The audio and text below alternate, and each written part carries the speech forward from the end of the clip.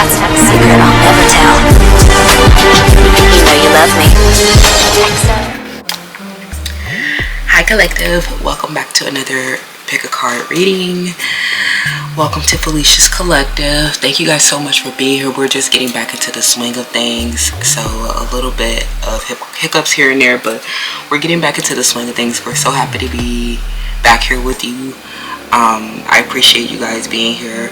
Check my description box down below. I am a human and civil rights advocate. My name is Felicia, and you can follow more of our advocacy in real time over on X-Chats. Today we're getting into what's the juicy tea on you. We haven't done one of these topics in a long time, and let's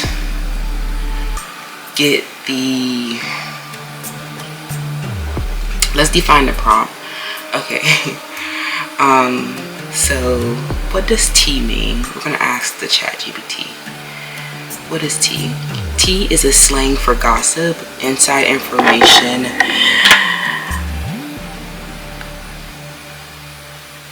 what is it? Tea is slang for gossip, inside information, or the real story behind something. What's the tea? What's going on? Tell me the gossip. Spill the tea. Tell me everything. Tell me everything. LOL. That's hot tea. Juicy or dramatic information. It came from Black and LGBTQ plus ballroom culture before becoming mainstream internet slang. Very tea.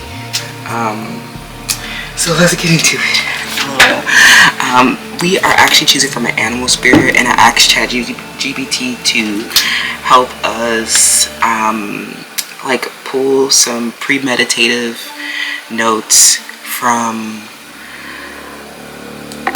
the overhead selection. So we'll get into it and your selection. Oh shit. Okay. And so pick your pile, you guys. If you do not know me, my name is Felicia. Again, thank you so much for being here. And then you can also check the description box below to find more information about Divas Can Manifest org, who I am, how to give back, shopping at Cosmic Intelligence, which is our little everything store over on eBay, helping us keep our lights on, helping us make this information accessible. Again, I appreciate you guys so much for being here. Group 1, you are the Lamb Spirit. Group 2, you are the Fire Ant. Group 3, you are the Moth. And Group 4, you are the Stingray. So cute that this Stingray has like a butterfly on it, but hence the name T. But let's get into it, you guys. I love you, and I'll see you in your selection. Hi Group 1, welcome to your selection. So you chose the Lamb Spirit. Okay, so what's the juicy tea on you? We have the notes from ChatGPT, so definitely download ChatGPT. Take a look at all of the major tools. I'll link some of them down below. But you guys chose the Lamb, okay? And there's something about like there being some of you guys are spending a lot of time alone, or you are slightly emotionally unavailable. And I don't think that it's because anything went wrong. I think that it was a win that it was a soft resolution that happened behind the scenes. Maybe like something like, I don't know what this is about, but this juicy tea brought like a lot of clarity recently. I don't know, like maybe there was something ambiguous or something that was kind of cloudy, and maybe you didn't like, it was something mysterious or something that has been getting revealed within layers. And I think that you win, obviously, but I think that this was a soft resolution because it dealt with something that didn't necessarily involve you, or you didn't consent to a dynamic perhaps. But I feel like this was a soft resolution to someone else's uncontrollable, unresolved envy or confidence problem that they've been having. Okay, I'm hearing that somebody has kind of been out of control, and a simple truth has kind of claimed the edge on this situation, in this matter. Okay, This is, I don't know, something where it involves someone's feet. I don't know if this could involve someone's feet or the way that they, if they're a pole dancer. Okay, I know we have ballerinas and pole dancers in the collective because I'm about to announce another ballerina following Diva's Omen. But you guys are, ballerinas and pole dancers have really pointy, flexible, strong feet that do a lot of work, okay? So if you see a ballerina's feet and they look toward from the floor up, just know that she's flexible as fuck, okay? But I think that like something where this could involve someone who's not as a good of a quality, yoga practitioner, dancer, pole dancer, ballerina. Like they don't have the same place socially as you, okay? So this person wants to get close to you. Like they want proximity to your social network really bad, okay? And we have meditation and escapism. Why did I know that this has something to do with, like, I don't know. Every time I see this card, I always think about like yoga practice, sadhana. If you guys don't know, you can join me for yoga sadhana on Felicia Tree's Exo Diaries. But this situation, this is so interesting actually, because some of you guys are highly meditative or you do a lot of yoga. Maybe there is a fitness routine or flexibility routine. And I think that the more that you achieve a particular goal around this meditation practice, that you've possibly been escaping, I think the more this situation resolves, I think that your recent elongation, your recent meditation, your recent flexibility progress has led to a soft resolution where it has resolved like a matter personally with you, where you don't have to you don't feel like, maybe it's like, I think the juicy tea is that there's someone that has been like an energy vampire, and I think that this actually contributes to you escaping your meditation. I think it contributes to the escapism, because there's like somebody draining your life force, like chronically complaining about you, draining your life force, and maybe making you not want to do it anymore, because every time they see an inch of progress, they're trying to like pin down the details of how how you've recently advanced, and then they'll try to steal your elongation, or they'll try to steal and mimic, the progress that you made. And it just feels like you have to kind of, you're in the crucible with people who keep racing against your rate of change. And I think that the soft resolution that you're having here with this lamb energy is just like a simple truth that this person does not have the same place socially. So no matter what, no matter what combo, sequence, pinning down of any of your small wins, no matter what this person does, it doesn't equate to the same social standing. And I hate to say this because I am not promoting any elitism. I'm not promoting a superiority complexes.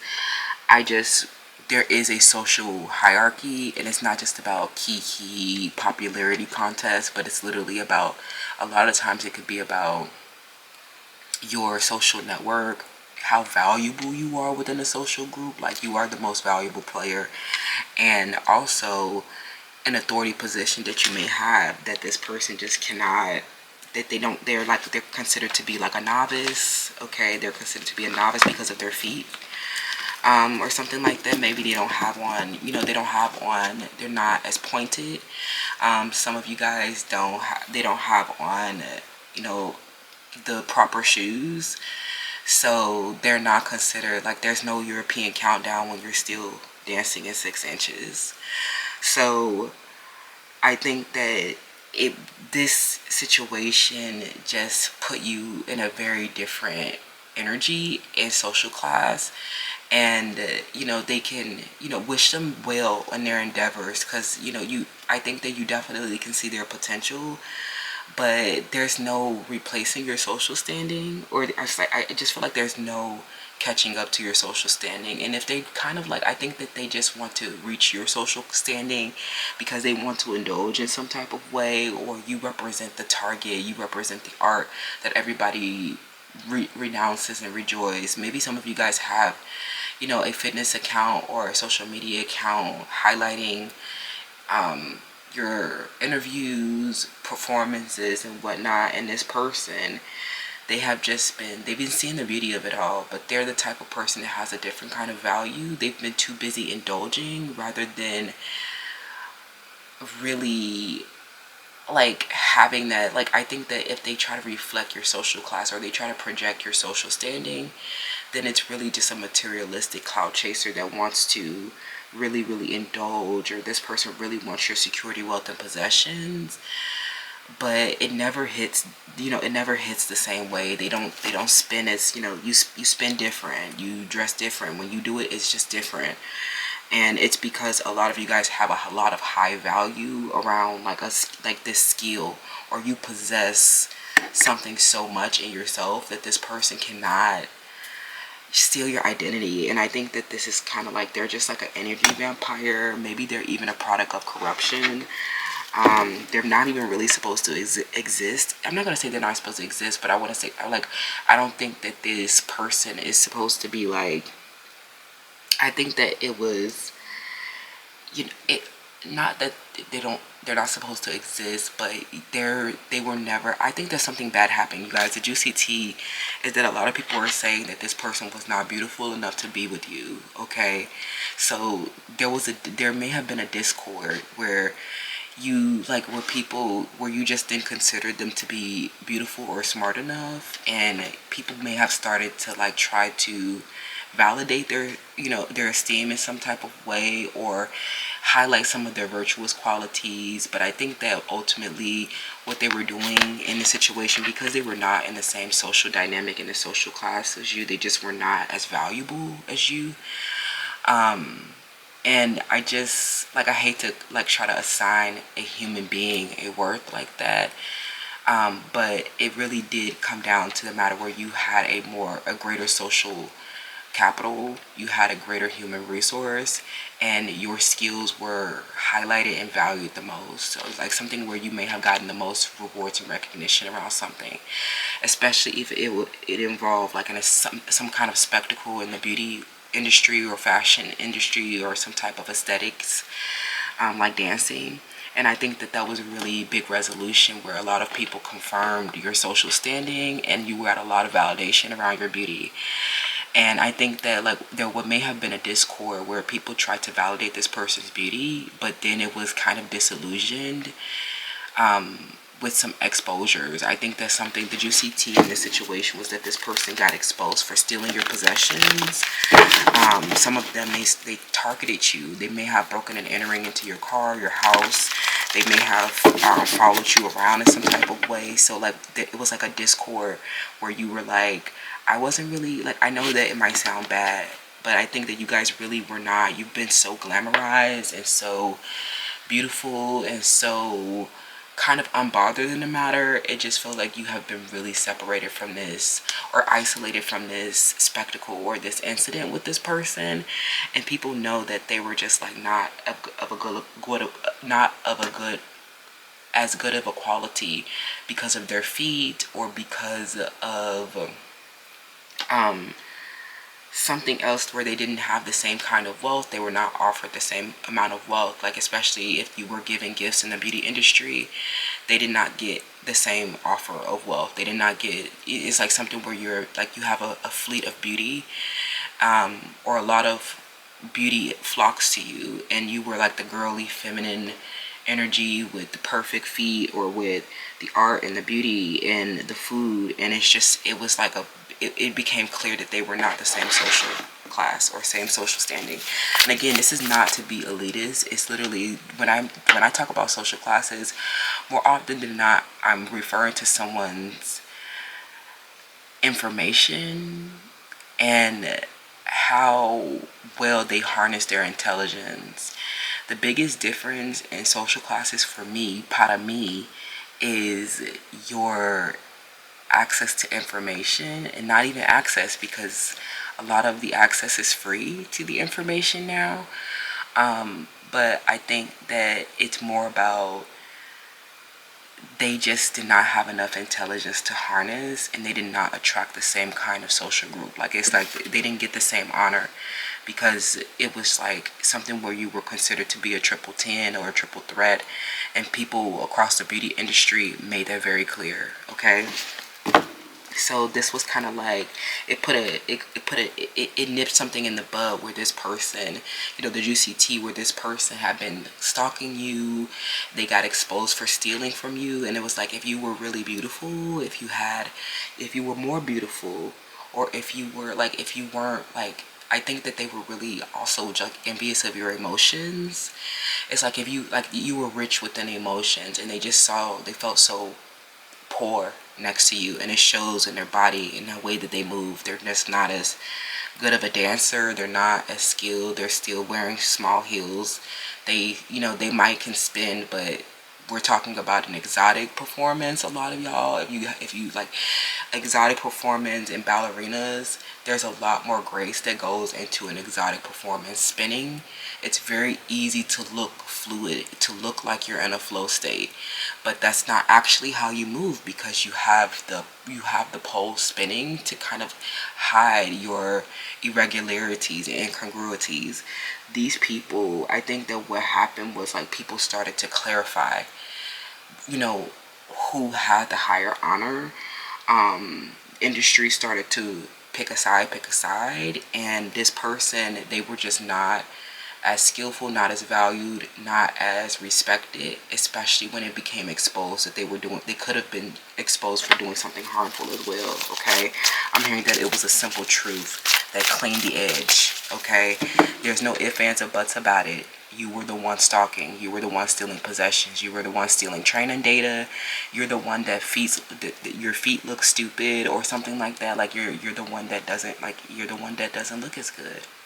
Okay. So there's no competition. Okay, they just were, you know, people. It was a soft resolution. It was a quiet win, and it was a simple truth that nipped a lot of things in the bud. Is what I'm hearing. You know, some of it might have been a loud resolution, but I think that's something where you use softness instead of their aggressive strategy. Like, it was kind of just like they were very aggressive around your opportunities, or trying to get into proximity to your network when they weren't intelligent enough, or they just, you know, they weren't, you know, they were scarce to be attacking you for having rich emotions, rich relationships, rich in knowledge, right? So, you know, it just was not considered as good as you. And that's the juicy tea. So some of you guys, you're recognized, especially with this meditation and escapism, you're recognized for being a psychic, or you're recognized for being you know, a meditation teacher. You could be recognized for doing yoga, and a lot of y'all, that's a really big skill, to have this, you know, psychic, esoteric knowledge, to have a yoga knowledge. Okay, some of y'all really know yoga very well, and you are very natural in this movement or something like that. So, you know, this is really sad, because it kind of like, you know, this person who was like dying to have like proximity to your social class, they keep showing up and embarrassing themselves, or they just are not of a good as quality, and you can tell by the feet or something like that, them nasty feet or something like that, and the fat foot and the fat toes and stuff like that, the way that you can tell that they're not as good of a quality. And so you know that person, you know, people, the juicy tea is that people started to clarify that person was literally just someone mimicking you, or someone that didn't have their own brand, someone who had been trying to get like a local acclaim or something like that. And people started to try to buy into, like, I don't know, somebody tried to buy into the local, you know, mediocrity, you know, something where it was like an ordinary person targeting you for your art and possessions, and you were literally off becoming a renowned yoga teacher, and then something cleaned the edge recently when you made a progress around this meditation or something like that, or you got a high honor. from an old friend, a new friend, or something like that, and it's just like the edge was clean. There was no, there was no ifs, ands, or buts about your beauty. There was no ifs, ands, or buts about your movement. It was clear that you had like a skill using a complex technique that showed that you honed this practice, okay? So we have Femme Fatale and Trickster. So what's the juicy tea on you, group one? Okay, so people are literally saying that some people are saying that this movement practice is a inappropriate use of your sensuality, or an attachment to money and power. But I think that this is what this other person is reflecting back to you with this trickster energy. Yeah, this person, this energy vampire that has been on you, has been actually draining you and disconnecting you from your life force. It has been making you not want to stay on your path, and all of your partners started, they stopped hearing your partners are standing 10 toes down. They're doubling down, and they know that this person has been literally draining you, making you not even want to do anything, because every time you elongate, or every time you make progress, they're there trying to like bandwagon off of it to try to get like proximity to your social class. Like they keep trying to mirror your art in your life because it literally reflects your social group, your rich knowledge and rich information and rich emotion. So like if you guys set a trend, your art is going viral or something like that, it's literally because it represents so much riches and emotions and your financial riches as well. And some of you guys are highly recognized for this movement, aesthetic, or something esoteric and psychic, okay, or yoga, meditative, okay. So the juicy tea on you is that you've been very well established, and you are very far ahead. Especially with these people who keep trying to count down to the moment they can get on your level. It's like no matter if you're able to copy the exact movement, that doesn't make you the skill. That doesn't make you the person. Like while I was away, group one, while you were away, literally becoming an expert at yoga or movement or some other, literally honing a skill so much and like expanding a knowledge so much, this person was harassing you for your possessions and your beauty. And so the difference became clear, especially as you you hit a goal or a milestone around something, and it just became clear that they were like, people literally clarified. They were like, we know that this is the conventional, stuffy, and predictable behavior where you were met with power one, and you reflected back to power one an inappropriate use of this thing that didn't reflect riches or the abundance or the good things in life, but it reflected indulgence and shadow attachment to money and power, where you just like, you keep begging to be in my social group, So, and it just showed that they were not well established, they were ordinary, and people kind of just like made a joke about it, honestly. Okay, they clarified that you were the one that had been established and was very far ahead. And some people, just because they have a grievance with your organization, they might try to offer this person establishment or something like that, but they'll just look like the person who has like the lower quality, okay? And they're trying to count down, or they're trying to race you to your movement, or race you to I don't know what they're racing for, but it's literally someone who has an inappropriate attachment to you that's been chronically draining you for their survival. They're obsessed with you. And so I think most recently when you hit this milestone, you were a G about it, is what I'm hearing as well. And they said that, like, people are saying that you chose softness instead of strategy, while this person was trying to strategize all the ways that they could like copy your movement, copy your cadence, all the ways that they could like attach onto you for money and power. It started to erode, okay? And because you just stayed in your soft state while this person was racing to copy your language or sifting through your tweets. Somebody was sifting through your tweets. They were standing outside of your house or something like that, or they were standing outside, like they were watching. They watch everything that you do, and that could like make you not want to do it anymore because they're like sitting there watching it, And it's just because you were obsessed. And I think that they were obsessed, and I think that it was just because they were strangers that you were confused. And some of them just really wanted to be in your proximity. The juicy tea about this is that people are literally saying that this person was not pretty enough, okay? And then somebody, it's like something weird where, you know, your backside, your butt is all natty, or, you know, you have hips, or you just like, you know, some of them tried to compare their face, and it was just like you were regarded as a triple 10, or you were regarded as someone who had everything, you know. And plus the knowledge, they said beauty and brains was the way that they, you know, was the way that they wanted to go. LOL. And they, you know, some of this, you're just like literally, you know, if you were so, if you could hold a flame, you wouldn't have been stalking and harassing. Okay. Yeah, the whoa. This person, they're saying that they had a psychological illness with the dog, and that they've been trying to, like, yeah, the karmic contract. This person is like a part, they have like a karmic contract with you, you know, because they're obsessed. And I think that you're just standing by waiting for them, because you're like on a different social standing than this person. You really can dog this person hard, is what I'm hearing. And, you know, I think that you ultimately find it to be sad, because you realize that it was a woe. It's a psychological illness with this person, and you were just like, these were strangers. Like, you know, you can't, like, it, you know, I think that they were saying that, oh, you told them that they were not pretty enough. Maybe you really did think that they were not good enough. Like, I think that they really were not. And I think that it's safe to be around people. Like, I think that the real emotional security lies in beauty, and not in some strange illusion that you keep projecting onto someone with a mental illness, or someone who is, you know, that's not just about their beauty, but truly lacks a skill. Like, look at, you can tell by the feet, you can tell that the movement has been wrong, you can tell that if you're the one that needs to copy everything, you're not the true skill.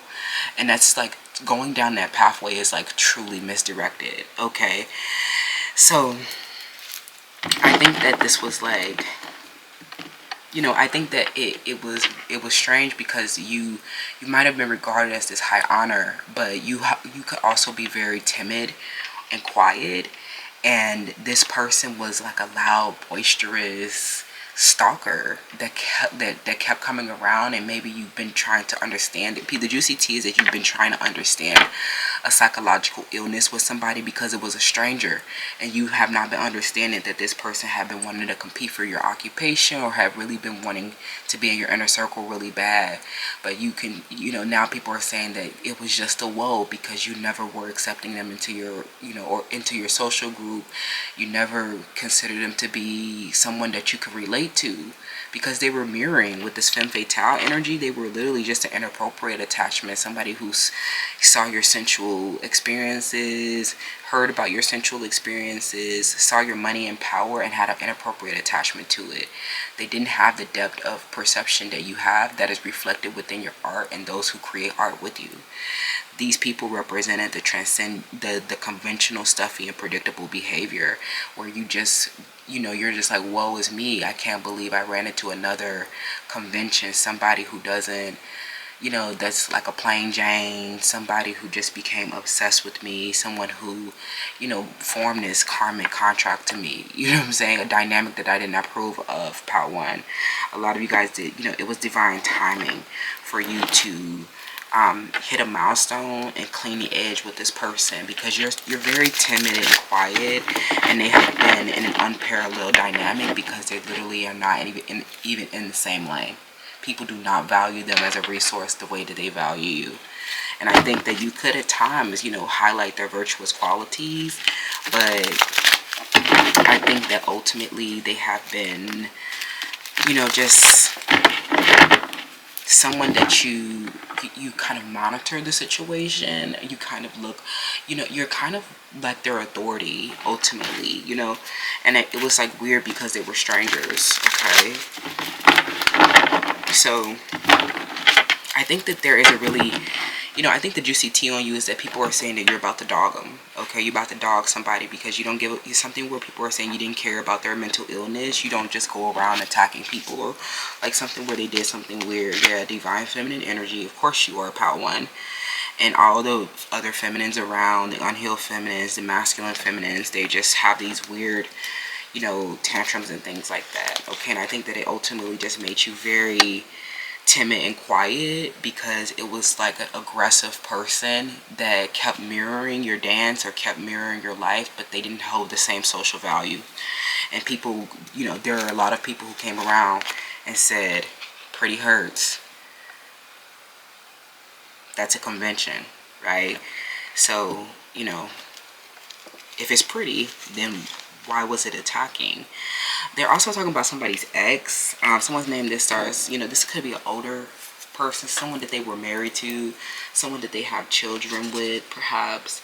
But it was like this, they're saying that this ex started to get, you know, the juicy tea is that this ex started to get aggressive, or that the person that you may have been talking to started to feel guilty about your intimacy and finding comfort and pleasure in you because this other person was not, you know, they were not as you know, this ex was not as good as you, or they didn't have as much nurturing, sensitive, and care as you. Some of you guys, their ex or somebody in this matter is from India, okay?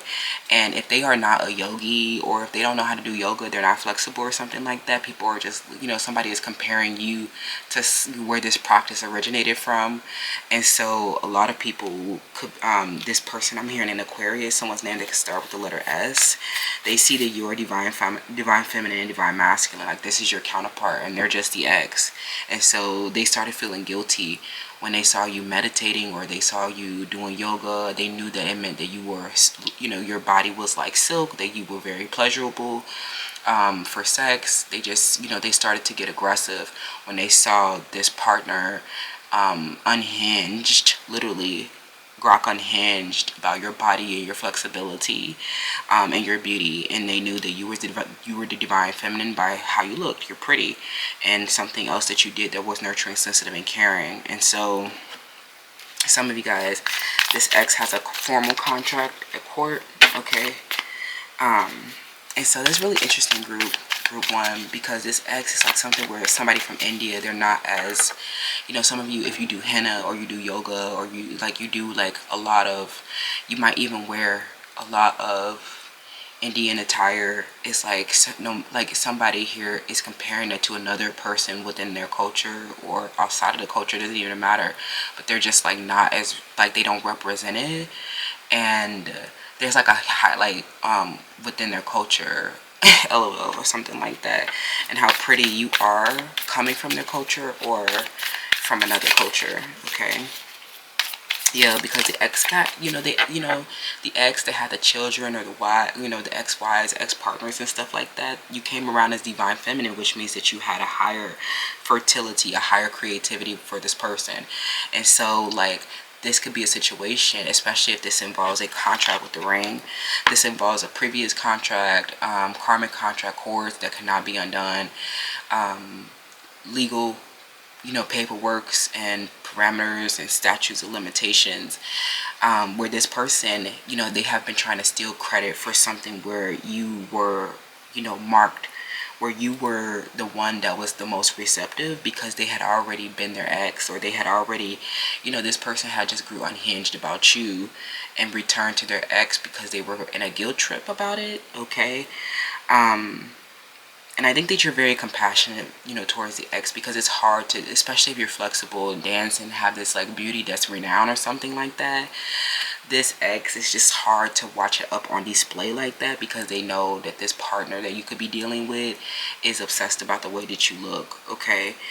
This divine masculine has really supported your growth and have been a strength to you. And, you know, they were marked by a lot of action around you. That's how they know that you're not just anybody.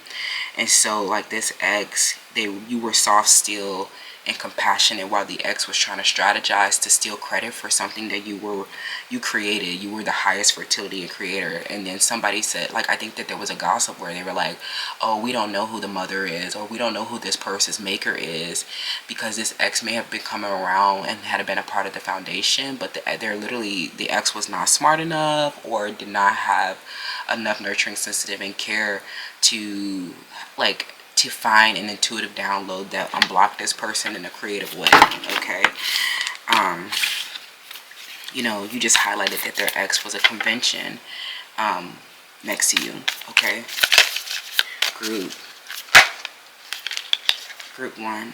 Okay, refreshing, mysterious, and fluid. Yeah, very fluid. This person could be a water sign, Cancer, Scorpio, Pisces. They're also getting Aquarius energy. And so yeah, they're literally, the juicy tea is that this person, you know, this ex or somebody, you know, other women in the environment just see you and your, you know, see counterparts, honestly, with the divine feminine and divine masculine, and they projected an appropriate attachment to money and power and sensuality, because that's what they are. Okay, especially this ex, they were just around for money and power. Okay, and so especially when they started to, like, people, the gossip is that they started strategizing, and now you have to like fight for credit for something that you created, and this person is trying to, like, this ex is trying to like steal credit for it, or they like something where this, you know, the masculine in a situation may have lost value because they may have let their ex come back and try to steal credit for something that you created. But I'm hearing that you're kind of like the dog in the situation. You're mysterious and fluid, and it's never good when somebody tries to, like, I think it's like almost always a persecution when somebody fucks with you. I don't know who you are, or what you know, what your karmic contract is, but it definitely feels like, I'm not going to say that you guys are saints or perfect people. I'm not going to say you're not hurt or mad in a situation, but I will say that this never ends up good for these people. Like, every contract where somebody gets aggressive, or they start doing things based upon a shallow, superficial projection, like an inappropriate use of sensuality and attachment to money and power because of your pretty, you know that this person was not fertile. You know that this ex was not creative. You know that this person cannot take credit for my work, right? And I don't think that this masculine really wants that. I think that this masculine really has supported your growth in a way. So yeah, it's just a psychological illness with this ex, or they might represent family violence, but it's just like, it never works out good when people come for you, especially if it deals with the law. You guys might have pristine records, or you could be law enforcement, you could have immunity within the government, but some of you guys, you literally know how to get off every single time is what I'm hearing. I'm hearing something where you do not get in trouble. And anybody who lands up in court with you, or lands up in a financial dispute or something, they're doing it because of your beauty. And I'm going to tell you, every single time it is going to be doomsday for people who project superficiality and persist in a discord and conflict because you're pretty, right? People have even started making up lies, trying to say, you know, trying to say, oh, you know, something else was better. No, if it was better, it would not be attacking, okay, including your ex with them dumbass kids. So it's really envy, okay, with the ex, because they saw you guys getting intimate, and I think this really just put you back on your path with the Hermit, you know, the juicy tea, because I was looking at escapism again, and sometimes the Hermit can represent not going in enough or isolating too much. Some of you, even if you could be isolating too much, it might not lead to a meditation practice. It could just lead to, like, you know, wasting time, wasting emotions. And I think that this, you know, see this as a protection and divine redirection. If an ex came in and disrupted, an ex partner came back because they were aggressive, you know, activate Aries X energy, because this partner came back is what I'm hearing, and you might have been escaping your responsibility, but this gave you time to focus more on your elongation while they go settle a matter, a psychological illness, and a contractual fight with something else, okay? Somebody who was an inappropriate attachment, you know, with the Fool taking a leap of faith and not worrying about it. Like, we cannot, you know, yeah, the Hangman, we cannot focus on no ex-partner. We know that that wasn't creative and fertile. We know that that wasn't nurturing, sensitive, and caring. So you're not going to burden me with some type of inappropriate attachment that you have a mental illness around, because it's a family violence. A lot of them, their ex is a family violence, or somebody that they have to resolve a legal matter with. With the Hangman, I definitely can sense that this is a pause and a need for this person to evaluate the matter. They need to make a important decision. They can't rush this process, and I don't think that this stops them from supporting your growth, but I think that it was a period where your relationship kind of, I don't know, maybe you panicked a little bit or lost this calm because they were off somewhere else, or they got interrupted. They needed to go master themselves with their ex. And I think that some of you guys didn't like that, or, you know, it did put you back on your path and put you back into your meditation. And most recently, you cleaned that edge, and you guys are very happy with your most recent elongation or your most recent milestone. Okay, while these people settle, you know, in the unresolved envy, in their angry remnants, you can kind of like move on with your life. Okay, thank you so much, group 1. Let me know how this resonates about the juicy tea, and I'll see you guys in the next one.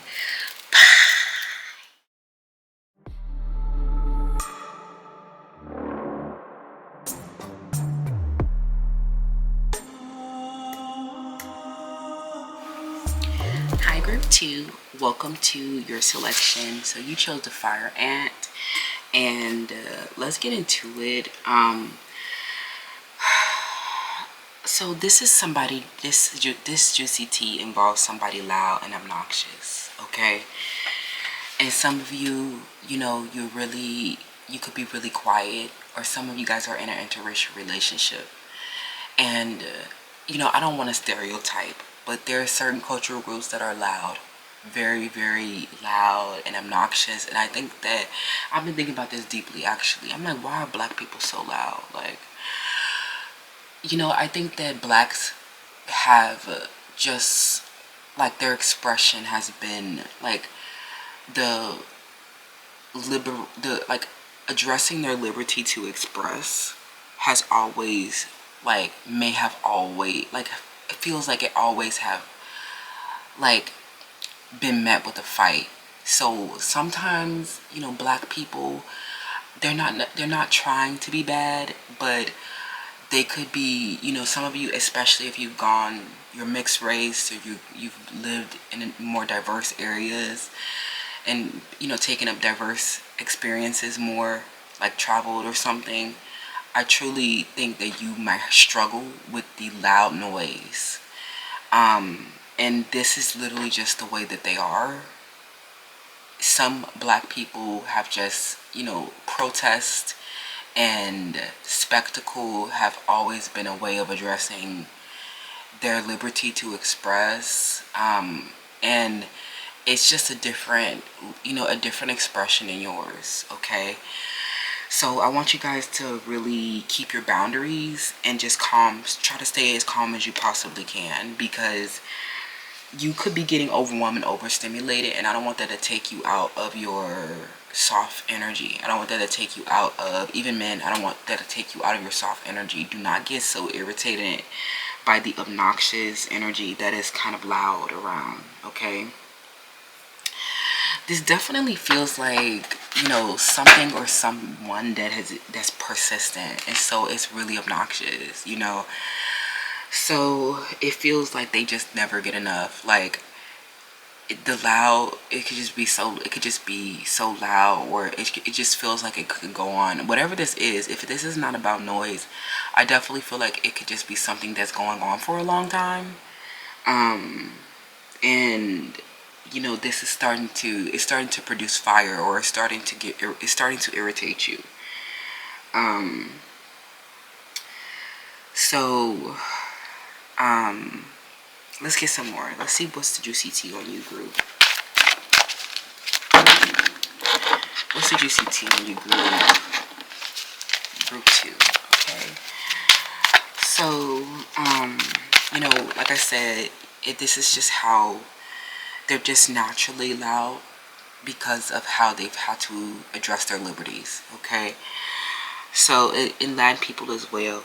Okay, I think that, you know, it could just feel very loud and chaotic and like a big party. And some of you guys, you're used to very quiet environments, very refined environments, very mannered people. And some of you you really have been, you know, I think that some of the guidance in the collective over the past year has been to definitely embrace, like, your more savage side, because you might be in a situation where it just feels like a lot of people are coming at you with a lot of fire that you are not really sure, like you're not really expecting. Like I said, like people who are loud, or people who, like, it's like something where they're lacking of manners, okay? And you're very elegant and refined, and some of you guys have been put in a situation where you may have been, temporarily ousted, or you may have been temporarily removed from your typical environments or social standings, and you have been put in a situation where you need to be more savage, be a little bit more aggressive, be a little bit more, firm within your boundaries. And so you might even do well with mimicking their fire, okay? So that they can kind of back off, because some of these people are very persistent though. Like, it's like something where they won't stop. So it's like, it's really a different experience, because if you're like assimilated into the dominant culture, live in a different country, you're just not used to someone. Like I said, I don't want to make this a stereotype, but white people don't do that.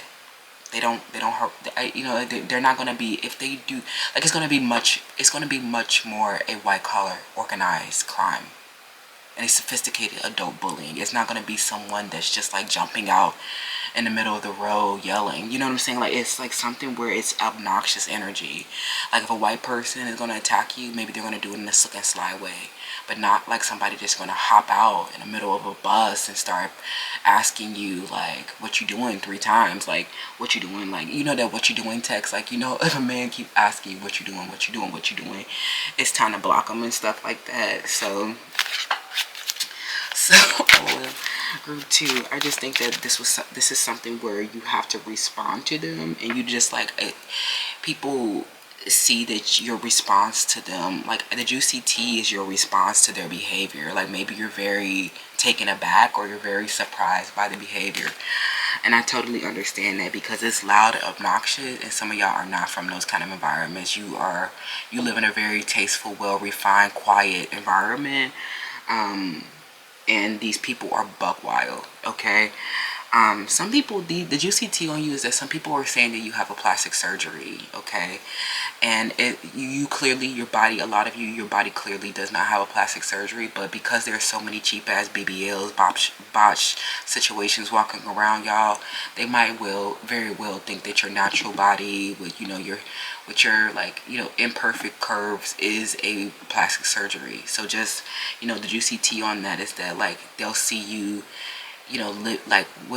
looking like you have financial freedom, or looking like you have a nice life, or like they'll see your possessions, or something where they might even see you wearing something patriotic or something related to your government, and they could make a lot of different assumptions as to how you were financially liberated. Like, some of them, they will say that because of your possessions or how you dress and carry yourself, that you have plastic surgery, okay?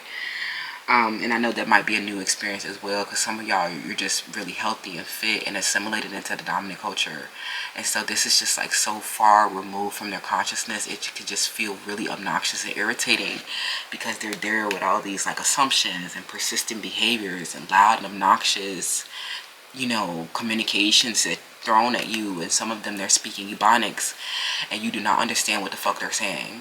So it is, keep your boundaries really, really strong, because like, I think the best thing that you could be doing is like ignoring them. But I think that it's getting like, it could be so obnoxious, like somebody literally, like people might even do like passive aggressive commentating, or they might do something directly that's persistent and will not stop. Like, it's literally like, the best thing I can do is to tell you to like not say anything at all, but sometimes they could put you in danger too. Like, they might want to strike and just get angry that you're ignoring them. But I think the best thing that you can do, especially like if you're like, just yell cease and desist, cease and desist, cease and desist, stop, no. Use very clear, firm boundaries, directions, as in no.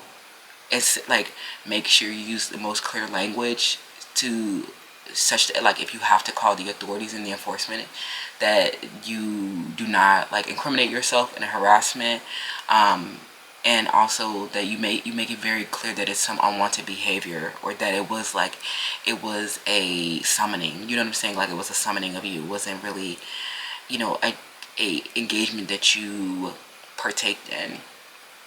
Also ask for the security, and just like be very clear when you're like, don't say anything else. Cease and desist is a complete sentence. Security, complete sentence. No, complete sentence. Keep your boundaries very strong. Don't engage with people when they literally are making a rapport, okay? And they're very persistent and obnoxious about it. It is like they're loud and noisy, and some of them, they stink. It's just aggression, okay?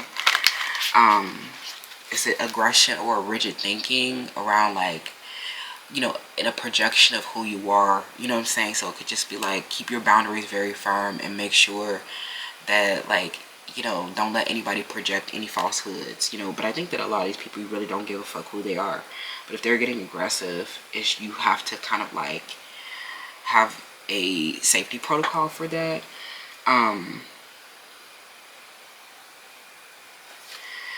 Something, a juicy tea about you, group 2.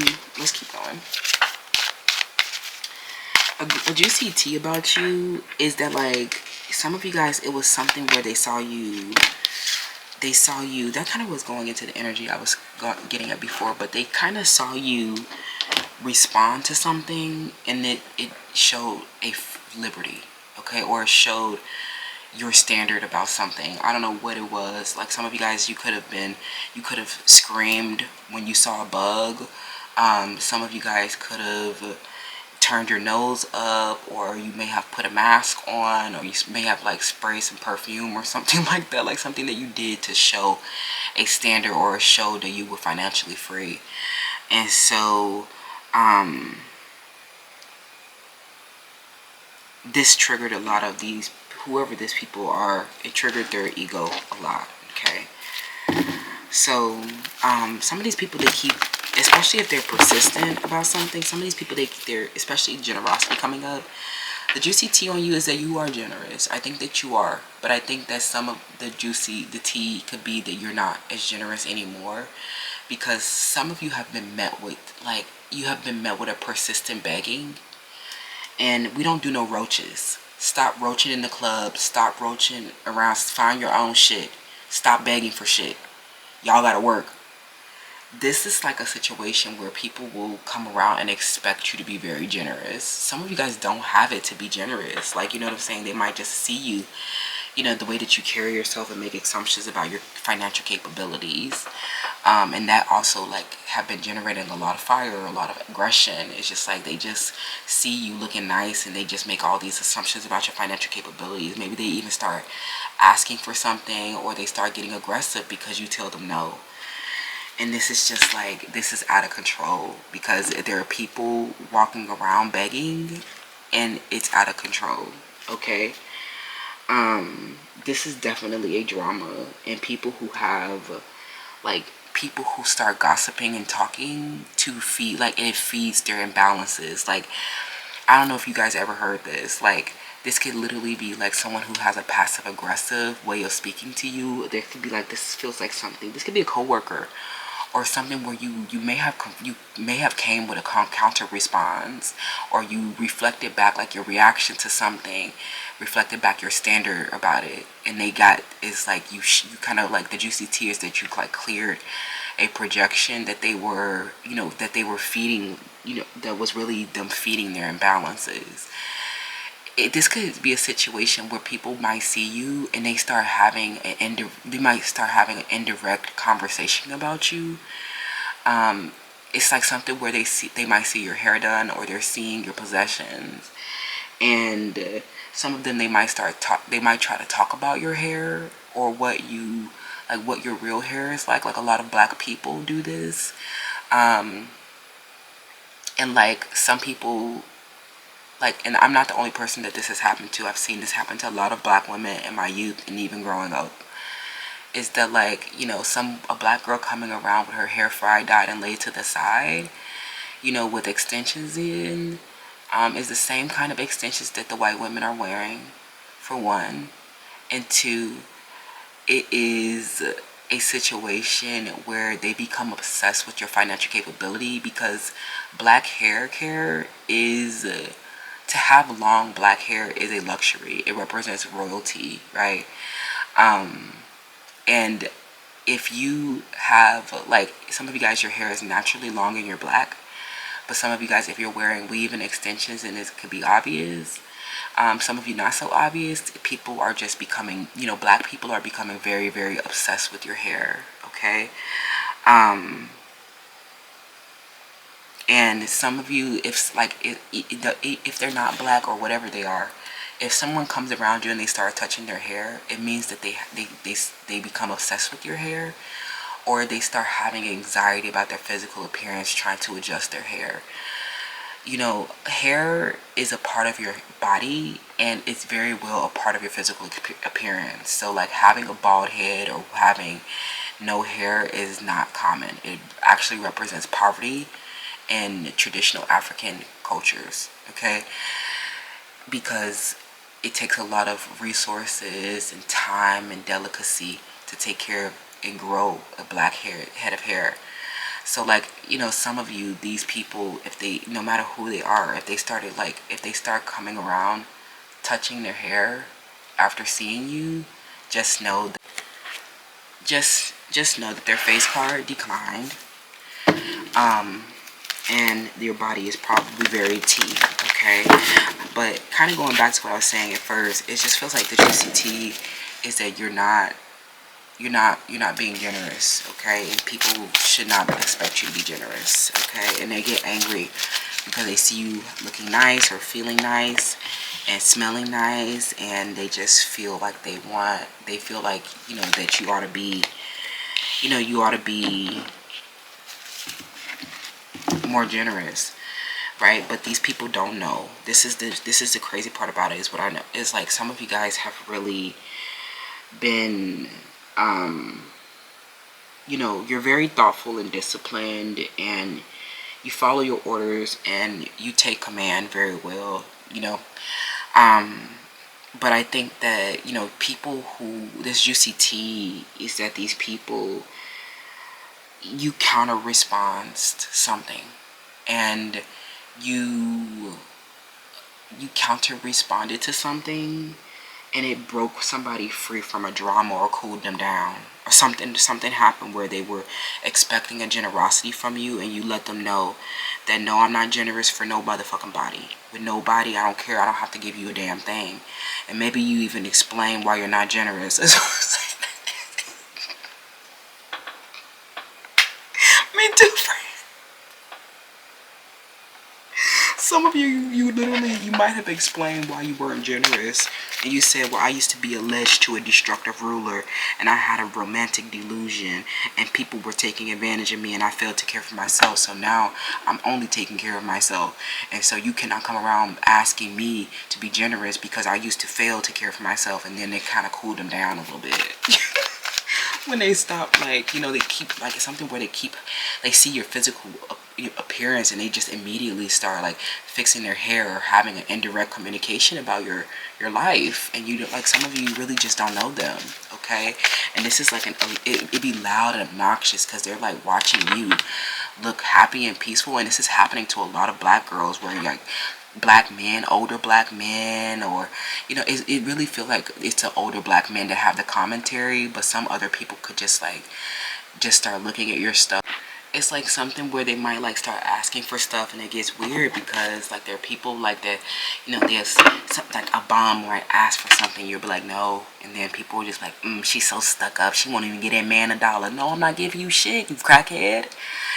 So, you know, it's like something where it's like weird, because they're watching you being thoughtful and disciplined, and they're like loud and obnoxious, having a indirect or direct communication about you or with you, and it's very egoic. It's very much rooted in like a jealousy. It's a projection, truly, you know, because if somebody is arising this kind of reaction out of you, and you're like not getting, you're like getting a firm boundary, and you're getting like you're getting a yes or a no,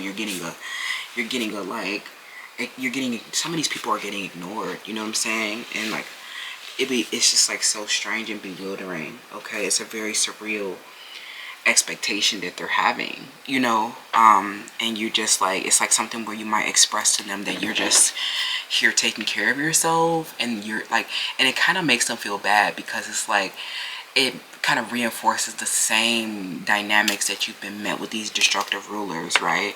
Where those people kind of reflect the same egoism, okay?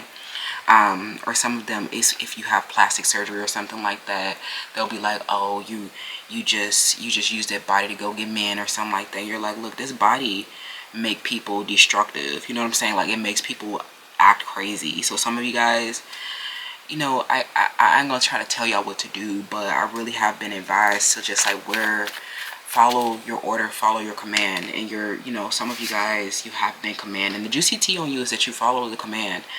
But I think that you really have been commanded about some certain safety protocols, like not wearing perfume, not wearing, if you guys are on Star Trek, not wearing perfume, not wearing, you know, not wearing flashy colors, like you're supposed to be wearing neutral colors. And also like staying out of the gossip is what I'm hearing, okay? So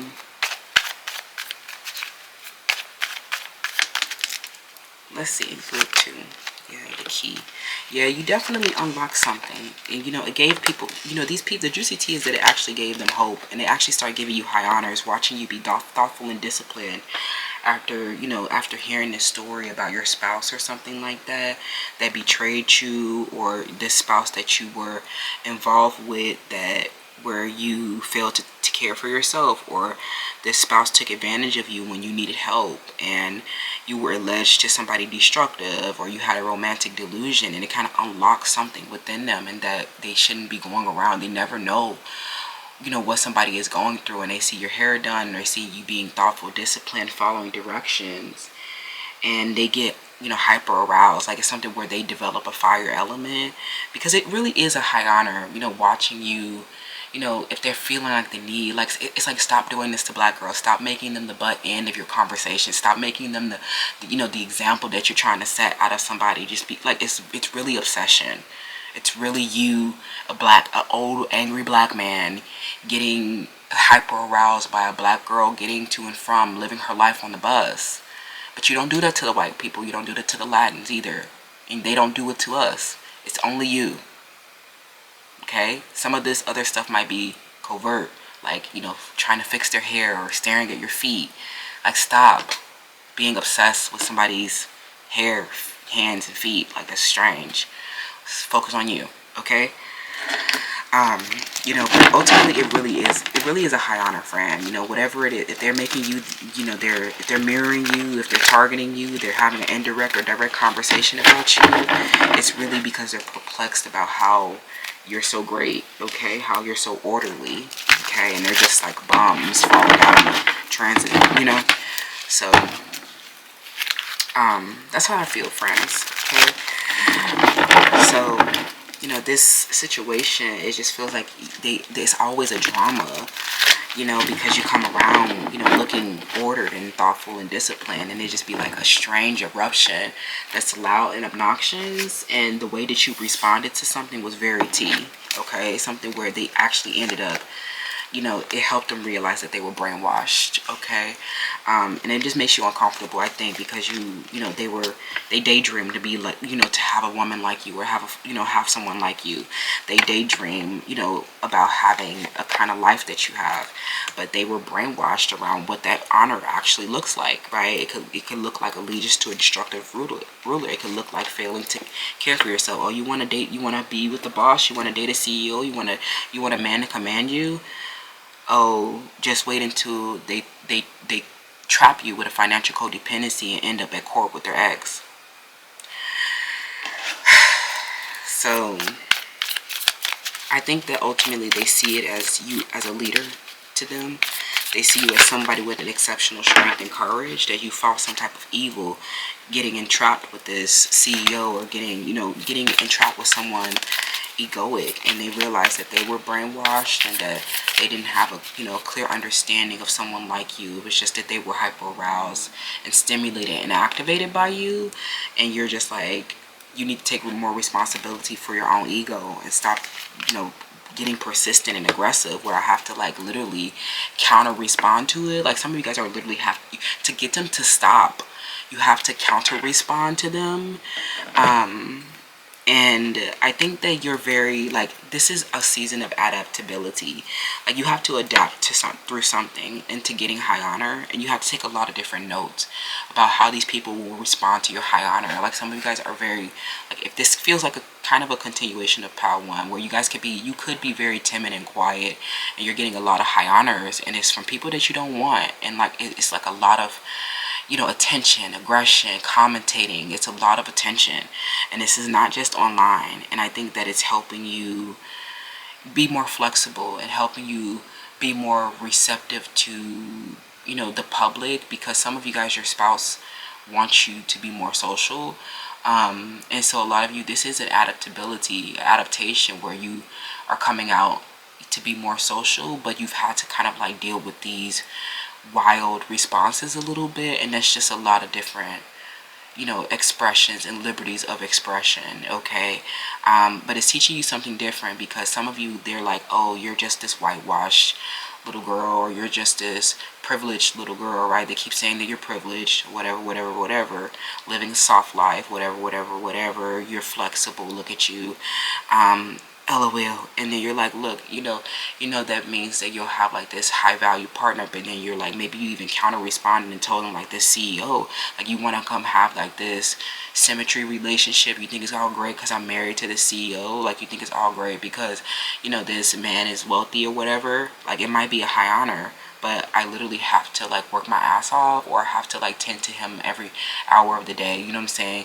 Like, you're something where they're just like, you know, they had more compassion in the situation, realized that they were brainwashed and just daydreaming about your life and projecting all their fears onto you when they saw you actually living that life. Okay. Some of these people got really triggered when they saw that you were flexible. I don't know who saw it, or where this was, but you let them know that, you know, this flexibility could actually be a romantic delusion. This flexibility could actually make a knight obsessed with me. Okay, somebody who is destructive with me. So don't think that just because you're flexible that you're gonna have this loyal partner. No, that doesn't mean that either. Okay, so let's wrap group 2. What is the juicy tea on you? Okay, that these people were actually daydreaming about having a kind of honor the way that you have, right? And then when they saw you living it, they got pissed off, and I think that it made you uncomfortable too. But then you just let them know they were brainwashed around something, and then it's not all rainbows and sunshines, and everybody kind of calmed down a little bit, because it was a big drama around your relationship. You dating the CEO, and you know, your fight for good and stuff like that, and you just were like, look, this person, they take advantage of me, or they don't let me take care of myself. So like, what are you so fucking mad about watching me just trying to do something thoughtful and disciplined for myself? Like, it's literally, you can't even just take care of yourself without somebody getting unhinged. But I think that with the counter response that you made, you help people unlock a truth that may have, you know, actually inspired a hope for them to manifest their own high honors. Okay. Very interesting energy group 2. So you know, these people, they needed to calm down, okay, because it's like a big burden. Okay, but I do think that this is opening you up to talking to people more. Okay, you're starting to become a little bit more flexible is what I'm hearing. Okay, the King of Wands reverse. What's the juicy tea on you? The 4 cups. Yeah, this person, they're saying that this CEO, you know, they're actually in cahoots with you, friend. Okay, whoever is, you know, some of these people are dogging the CEO too, is what I'm hearing. They're saying that the CEO was ruthless, boring, and impulsive, and they thought that they can have like a financial coercion over you. They thought that they were the only one that could you know, support you in this way, and maybe that, you know, you might have met them first, right? But they see that you grew very bored with them. Okay, that they were just a romantic delusion, or they were just someone that made you not care for yourself the way that you usually would.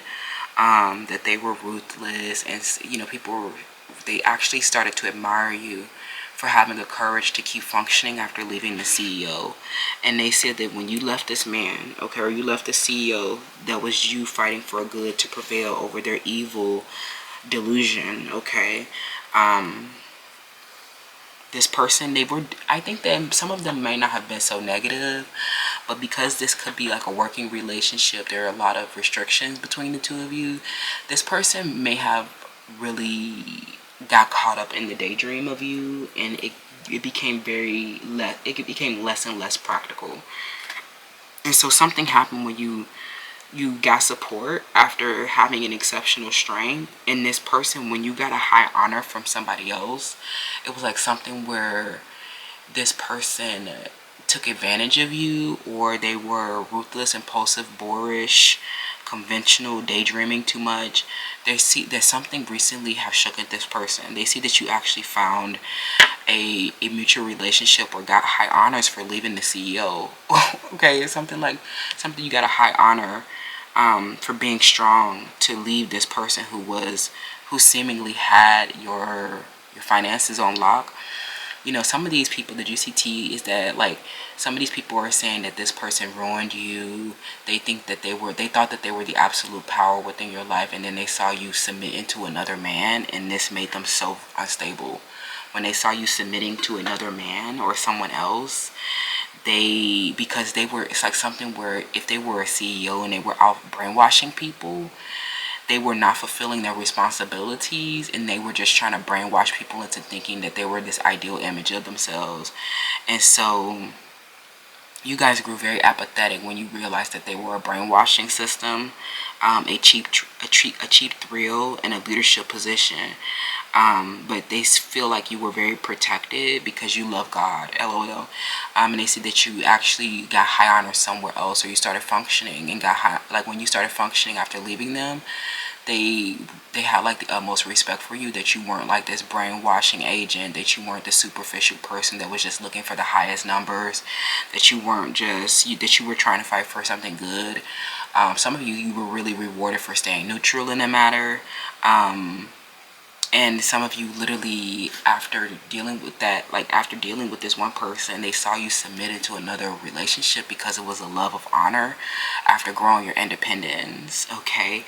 That was very fucking tea. You might have had to stay strong because this person had an absolute control over your finances, especially if they were like a CEO or something like that, and they see that you were versatile, you adapted, and you submitted into another partner. They see it was another man that gave you a high honor because they were also, you know, pissed off or something like that. They were also feeling that too, you know.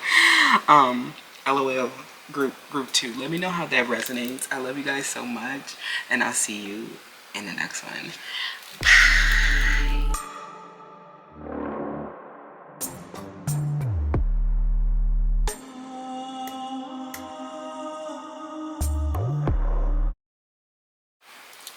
Hi group 3, welcome to your selection. So you chose the moth. I love the moth. So I knew this was about to come up. Y'all, this is a mystery to a lot of people, and this is very private, and I like that you are keeping it private. But some of you guys, there's an attraction to something uncertain or emotionally intense. You don't fully understand, and it's because there was an unmanaged error here, and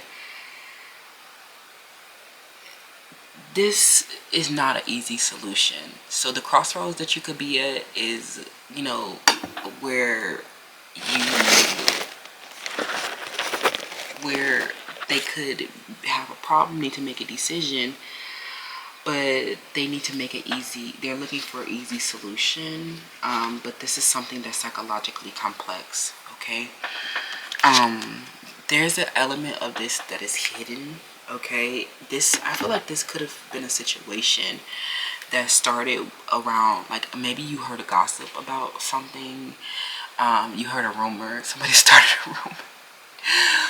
started a rumor, or maybe somebody hatched a meme. There was something that landed in the wrong way, and it was a disruption, okay? And I think that it became it became an uncertain experience for everybody. So there was like certain signals that happened, but there were certain signals, and I think that it ultimately led to like an arrival of energy that was emotionally intense for you, and you could not deny the experience because how the energy arrived and how the signals kind of how the signals stacked onto each other. But you are like, I think that both of you guys, or I don't know if this is involving another person, but this is an attraction to something or someone that's uncertain but emotionally intense.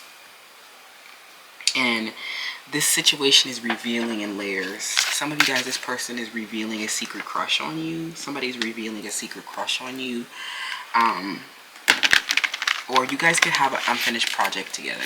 So you know that, that's the mystery and uncertainty around it, but you know that it finishes nonetheless, okay?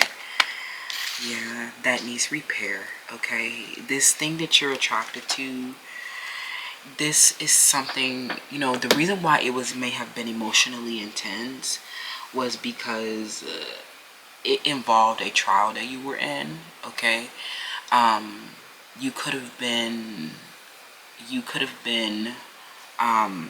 this could be like literally a legal trial, but it could have been some other hardship, a trial and a tribulation, but it involved a great journey with somebody. And I think that at the end, when you realize that there was a hurt involved, this made it very complex, okay? You were attracted to it, but it's complex because there's a feeling of wound, there's a wound or a hurt in the situation that needs repair or permanent patching. But you took a great journey with this person, and it was emotionally intense arriving in the energy, okay? But let's get some more group 3 around this situation.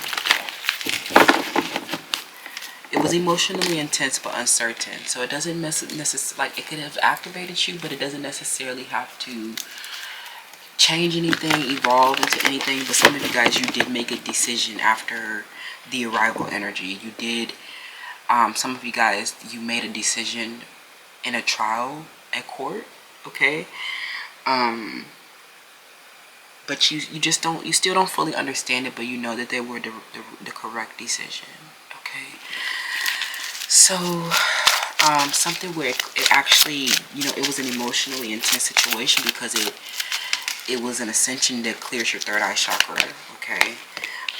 We have the Liberator, and then we have the Addict. Yeah, some of you guys were in a trial or a tribulation or a literal trial, where you were with somebody who was imposing their own tyranny over you. This kind of definitely feels like this reading piggybacks off of each reading, like sequentially. But I think that this one kind of is resonant of like group 2 a little bit, because some of you guys were alleged to a destructive ruler, and this is somebody who claimed to liberate you, okay? But they were actually imposing their own tyranny. And so some of you had some legitimate constraints in this situation, and even if this could have involved court for real, and this person hadn't had an integrity, okay? They were not honest, and they had an addictive behavior. The juicy tea is that, like, there was an authority that became addicted to a suspect, okay? And this is why it was emotionally intense, because it was all an addiction about you. And so when this authority, that's the juicy tea, is that the authority became, they became obsessed with a suspect, or they became obsessed, a suspect that was like obsessed with you, you know what I'm saying? And so I think that you were really hurt by the situation, because they were, especially if they were an authority, right? It was like they were trying to claim to liberate people. They were claiming that they were doing what was best for people, but behind the scenes, they were compromising their integrity and honesty, and had an addictive pattern to have an authority over their, inner spirit. They didn't have an authority in the trial. They had an authority. They didn't have an authority over their inner spirit whatsoever. Or whatever. I don't know what's it at all. And I think that this authority, they're like a cop, or they have an official position. And you might have because it was something uncertain. I think that everyone in this situation has been unveiling a mystery, and I think that they became obsessed with the mystery of it and how concealed it was.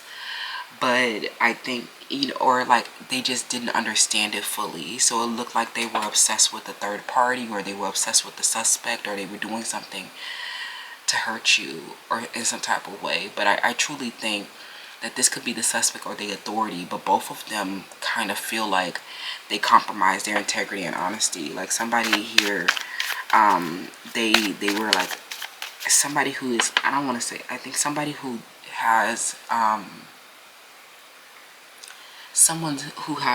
this could be someone who has legs that look like yours, or long legs,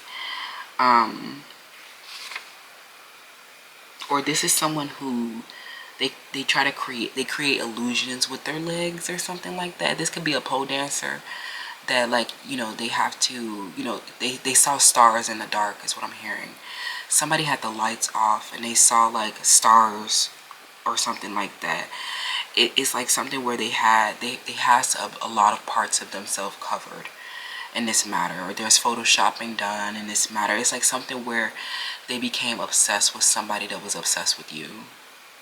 And so it was all kind of a snowball effect. When this person kind of like, I think that it all felt like an infinite mystery. And I think that can be addictive. It's like trying to fully understand something that was like, where part of it was hidden and concealed. Okay. But I think that, you gave them space and opportunity for this to, for them to explore the realm of the unknown. But this person legitimately, like, they ignored legitimacies. There were definitely constraints, and they ignored them. They did not have integrity and honesty. They compromised it, okay? And it was because they were obsessed with someone that was putting up an illusion within the trial, okay? So you might have idealized this person, okay? But I think that you took a big journey with them. We have the Whoa. So it came out in group 1 again. Yeah, this is somebody in your house, okay? This come from the family. This feels like a Cancer, Capricorn, Pisces energy, Aquarius energy. I think that some of you guys you might have really got offended in this situation. But this person is an addict, okay, with this psychological woe. This person, this is an unfinished project, for one. Because there's something, like, it's literally a mystery and a great journey with these people. And there's a mystery that you're revealing around this house that you've shared with these people that have been coming around, acting like comfort and intimacy. And some of them might even be authorities within the house or take up authority positions in the greater society. Somebody has a psychological complex, okay? This is a house for people with psychological complexes. For some of you guys, you could be living in a group home. And so you do not need to take anything personally for somebody that is literally an addict. You do not need to bear the burden of these people in this house, okay? Just put up a lot of boundaries, because it's really about people who don't have enough wealth. For a lot of you guys, it's really a group for people who don't have enough wealth, or people who are fighting over wealth.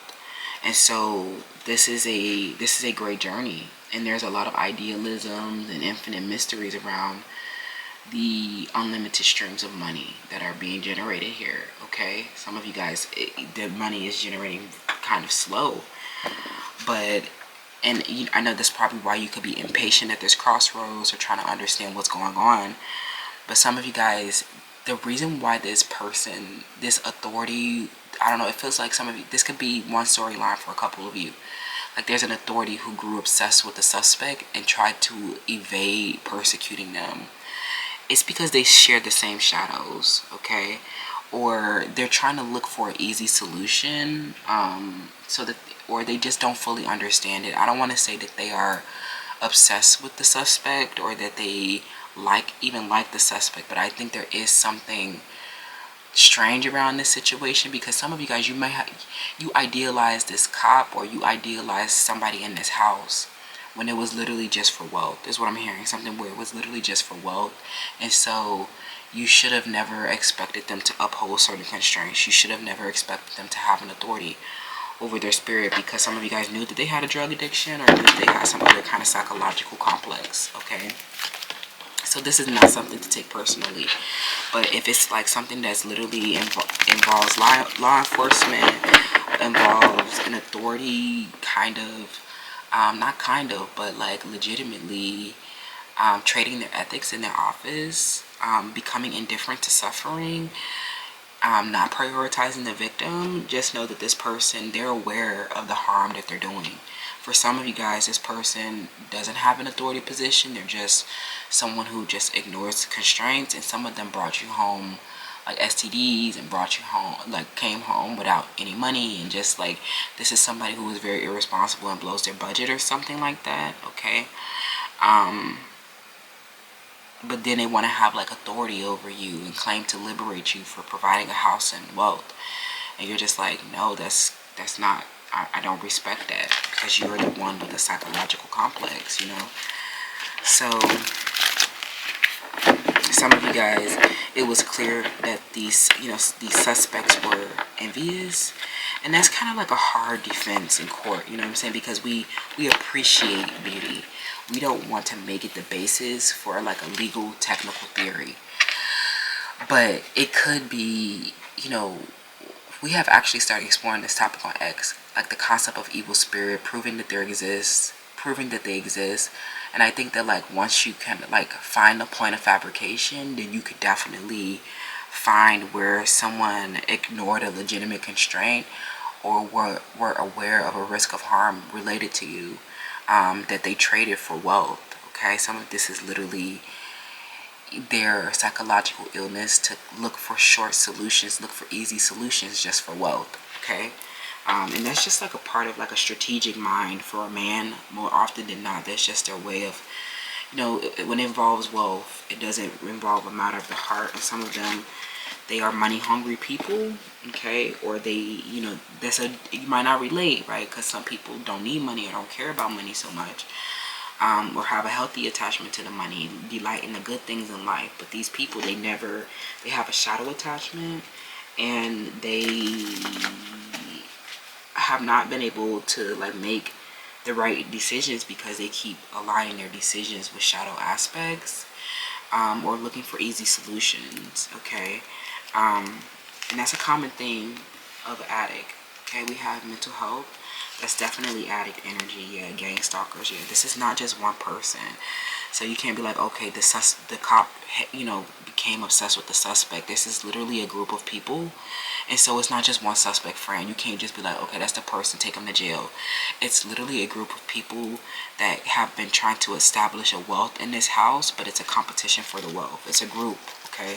So that, saw you as having a privilege, and became a hidden motivation, or became an army of opposition, okay? And this is literally just their scarcity trauma, their psychological illness, a psychological complex, okay? Ooh, that's tough, group 3, okay? Because, they see you, some of them are really comparing their house to yours, and they're comparing, your privileges in the house compared to their privileges in the house, how much money you have, how much your budget is compared to how much money and how big your budget is. If they're addicts, it's literally just because the reason why they make a fuss about the house and the money is because they want money to go do their drugs, or they want money to go do more of this addictive thing. And so they are not psychologically well, and they don't know how to think, feel, and act outside of this codependency that they formed on this drug or on this, you know, this suspect. Some of you guys, they literally, you know, it was like a lot of stress that these suspects or this gang of people brought to the house because they were searching for wealth. You know, they were literally gang stalkers, people who wanted to rob y'all or something like that, like something where they may have came in and robbed y'all, stole the intimacy out of the house when this person let them in. Okay.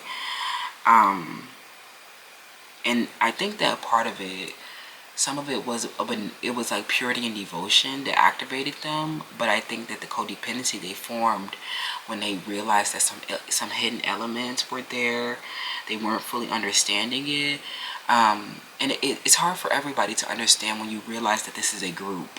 Okay, that's why, you know, you're at a crossroads where, you know, where it's a group of people fighting for wealth. So that's like an outnumbering. If it's just about money, you're gonna lose every time. Okay, so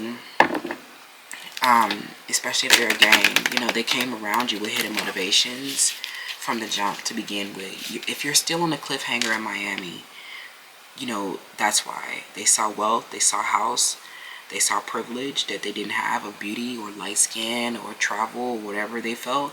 They had addictions, they had compromised their integrity and honesty, they had psychological illnesses, and so, you know, very well it followed. Okay, a conventional story of an addict that could not control themselves, but it's gotten out of hand because it's a group of people now. Okay, and it might involve authorities with the same shared adversity. Okay, you know, this is not something that you need to take personally. It's literally a psychological illness. Okay, but I think that it's something where it might look like obsession because they didn't fully understand, but you can fully understand that it's a group of people targeting. Okay, we have the Tower. Yeah, the Justice in the reverse. This addict is someone that was unfair and that did not hold themselves responsible. Yeah, they, you know, they're the Four of Wands. They want to have a party. They want to have a good time. Some of you guys, your partner is very focused and dedicated on you. I don't know who this is.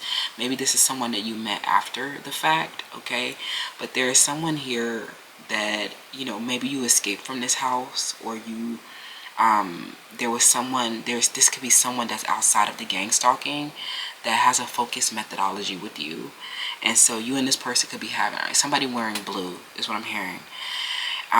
You know, the juicy tea on you is that, like, you were with an addict, you were with somebody who compromised their integrity and honesty, that this person was a psychological illness, and that they were coming around with a hidden motivation. They could have been coming around with a hidden motivation to begin with.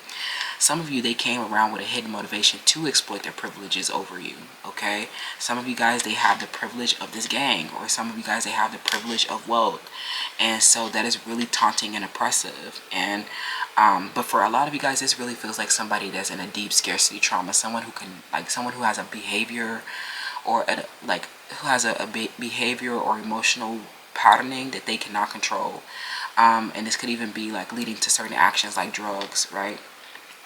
And so, like, you definitely don't need to, if it's a drug addict and you know, then you definitely don't need to take it personally.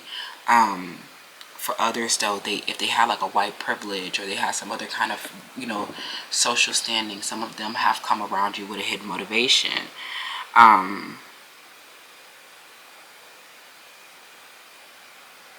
Okay, some of them have been outraged because they have been in outmoded belief. But there is definitely, no matter who this is, they definitely have they definitely have had a problem taking responsibility for their behavior. They don't hold themselves accountable because they're an addict. And if they're fighting for wealth in the house and stuff like that, it's literally because they have an addiction. If they became obsessed with you know, it doesn't really feel like this involves like a third party. Like, some of you guys, you do have there's a shadow attachment at court. But it's not because they're obsessed. It's because it's a gang of people, or it's something that's so that we still don't fully understand, that's getting unveiled in layers. Okay, and it's shocking with the Tower. Okay, it's shocking, and we have to take a lot of energy towards it because it's literally a trial. We have the Seven of Swords reversed. Yeah, their strategy. Yeah, this is the devil. Okay, they're obsessed with you as well. Okay, so with the Seven of Pentacles, I think their investment is on the right side, but I think that they're obsessed with you, and I think that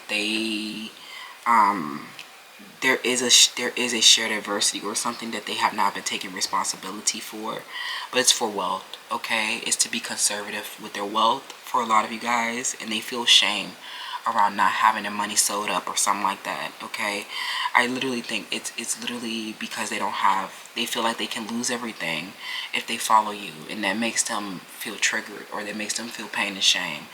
Some of you, they hate the fact with this devil and this Four of Wands, they hate the fact that they're partying with you. They hate they hate to admit that they're off partying with you because you're isolated from this gang of stalkers, the people that hate you. And you know, some of you, they're off, you know, they're with you because you seemingly have the privilege of a nicer body, or a nicer body, or better beauty, or something about you. You know, they came around, you know, they have a shadow attachment because they see you as having the privilege in the matter. Okay, for others, if there's like, you know, because this is a gang, I don't feel like it's like the gang, because I feel like if this is a gang of people, it feels like you're the one that has the privilege over the gang, because if it's like so many of them, they probably are unlikely to have a privilege. Some of you guys, you know, some of them, they could have a pain and shame around the colorism issue, or when you speak about the colorism issues, or the skin bleaching, or the plastic surgery, it could be triggering, because some of them, they were previously in alignment with that, or maybe they just were not educated enough about it, or well informed enough about it. You know, literally, this is if they're talking about like bombshells, or they're talking about something superficial. Okay, like a skin color or something like that, or a gang of people that have wealth, that's literally a superficial values. Okay, but I feel like you need to discern which, like, I feel like this Four of Wands could land on the side of somebody who has a privilege, but it could also be that some of them are just like having a hard time. If they have a privilege, they have a hard time involving you in their life, because they have to explain to people why you are in their life. Okay, and they feel a lot of pain and shame for having fun with you, or saying that you're their number one, is what I'm hearing. Something where they're saying that you're their number one, and this gang of people are saying that you're just a privilege, right? And they feel shame about that. Some of them, they did have something that they had not been taking responsibility for. I think that ultimately you are this person's rich girl and lover. I don't think that they find, you know, they're not going somewhere for a privilege, but there is a wealth, right? There is a wealth, right? And it's a wealth with people who hate you. That's the crossroads, friend, is that there's a gang of people that you kind of have to tolerate in this house, you know, where they have been psychologically ill about your privilege, or about you in some type of way. I think that ultimately you are the victim in the situation. You are the one that, you know, that's the common denominator in the situation. And so whatever shadow attachment was formed in this trial, it was because some people were bored and apathetic, and some people were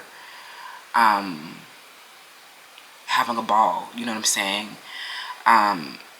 But either way, it was like an addictive behavior, that it was just to maintain the wealth and security, because breaking, you know, to exposing the truth at court would mean that, like, a lot of it would not just be rewarding damages. It would literally mean that, like, ego realities would be destroyed. And some of these authorities feel like they could lose a lot following you because you're isolated and there's a gang of people attacking you for a privilege.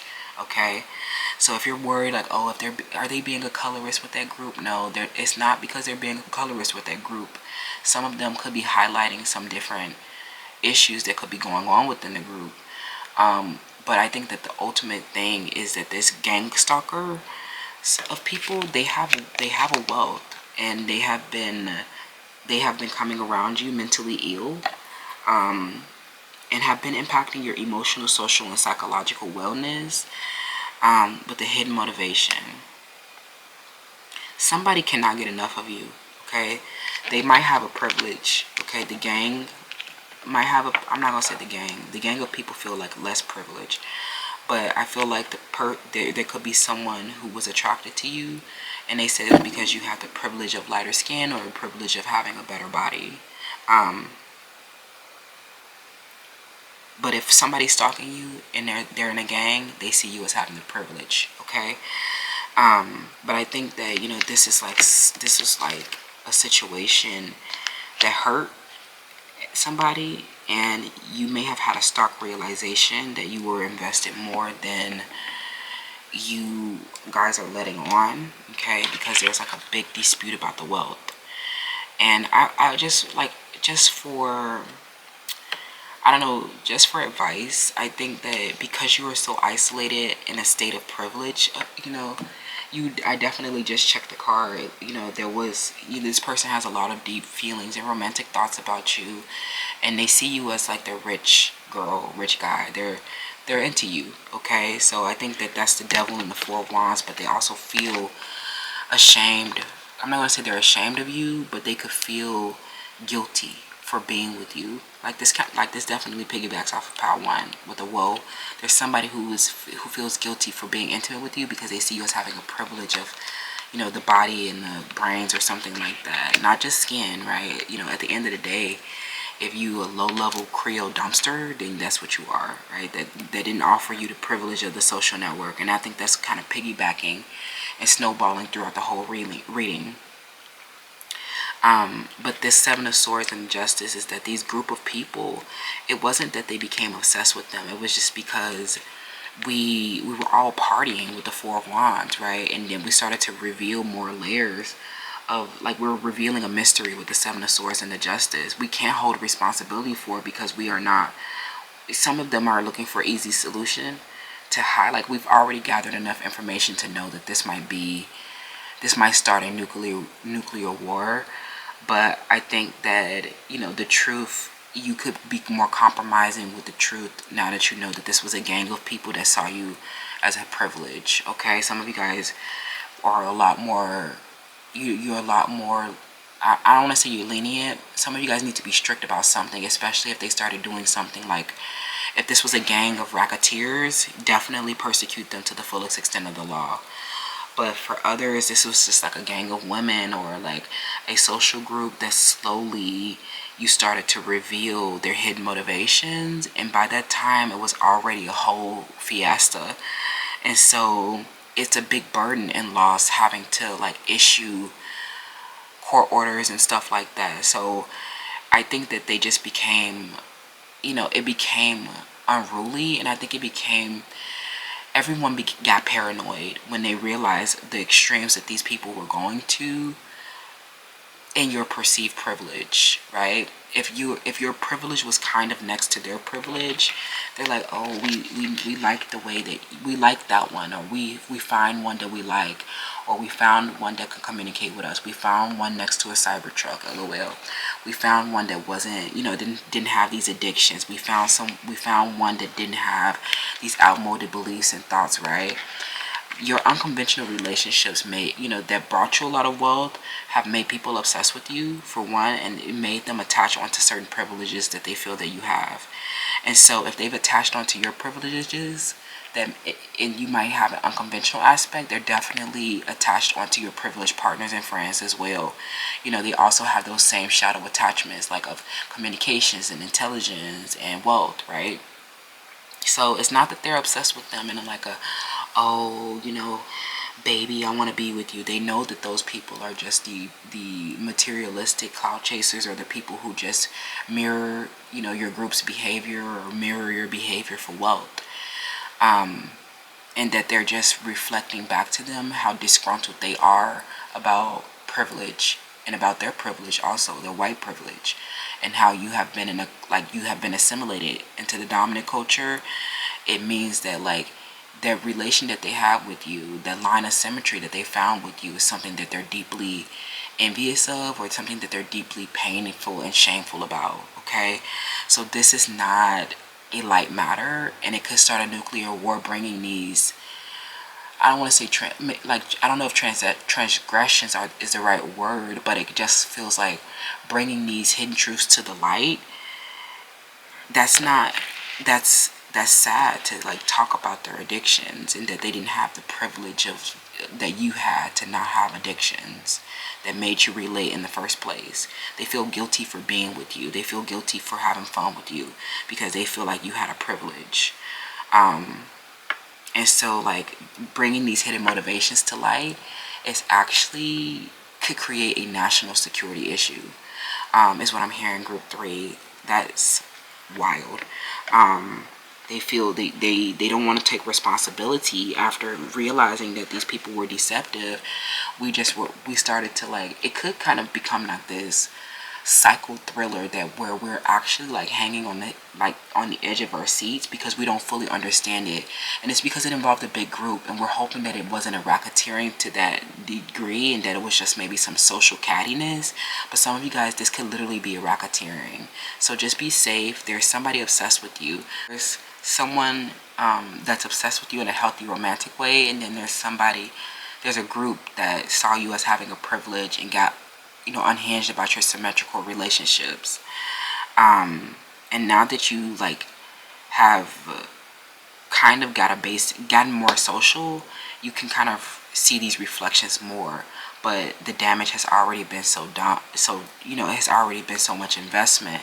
It just feels like you need to balance your perspective around these people you didn't consent to a relationship with them. They were just around, attached onto your privilege, and we felt bad, so we just let them come to. Okay, that's what I'm seeing, group 3. Let me know how that resonates, and I'll see you guys in the next one.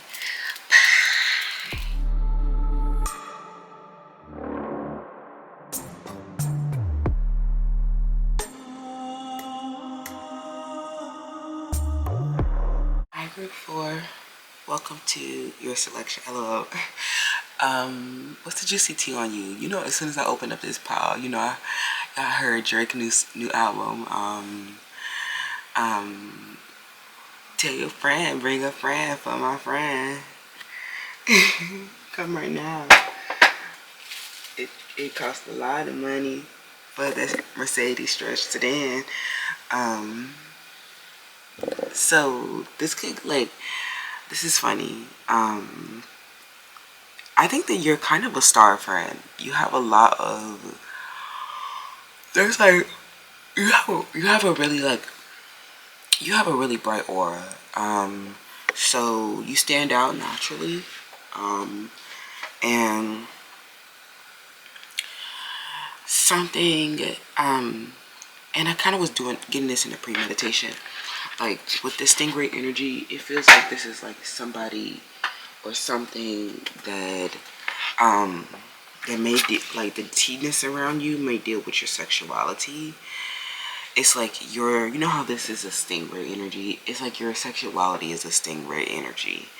And you know what's funny? I don't know why, but I think that I think you should let people know about your sexuality. I think that when people find out that you are fluid within your sexuality, you could be take it how it resonates, but like once people find out that you're like fluid within your sexuality, that kind of like disarms them a little bit. Like same gender people, it disarms them because they stop, you know, they stop comparing themselves so much and maybe start like expressing interest or desire.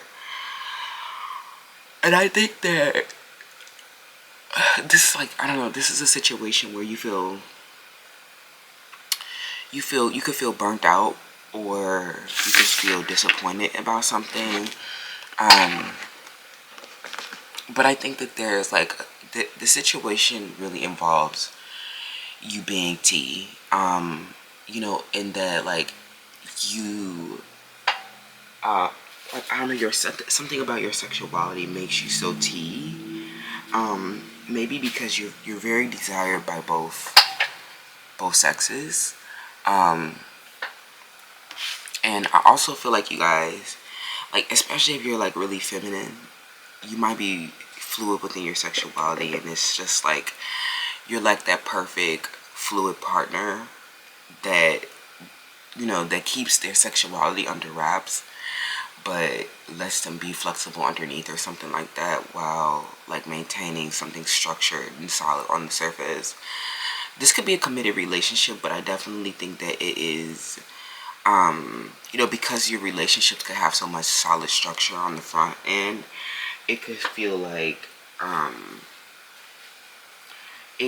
people could easily, you know, get jealous about your structure and stuff like that, or get, you know, they easily become jealous of something, okay?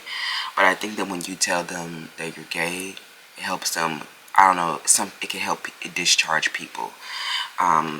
For one, they'll instantly feel like more accepted, you know, by you, okay? A lot of times people who grow envious of you, not necessarily because of something that you have, but sometimes it could be something that makes them feel insecure or inferior. And when they know that you are a little fluid, they know that you're not judging them for having an inferior organ, or, you know, that you might be attracted to a LOL. Okay. Group 4. The juicy tea on you could definitely be that that there's somebody that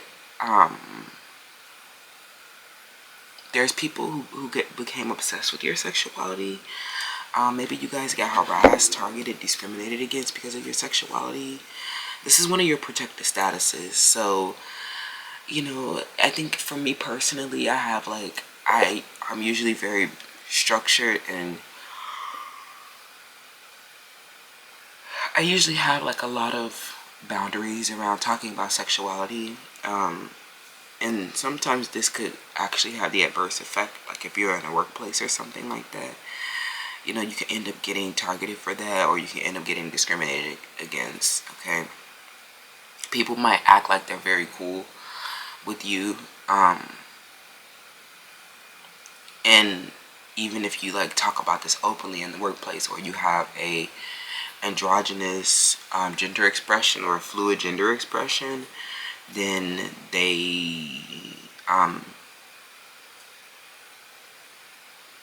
they're really, it could really become they could really become obsessed, okay?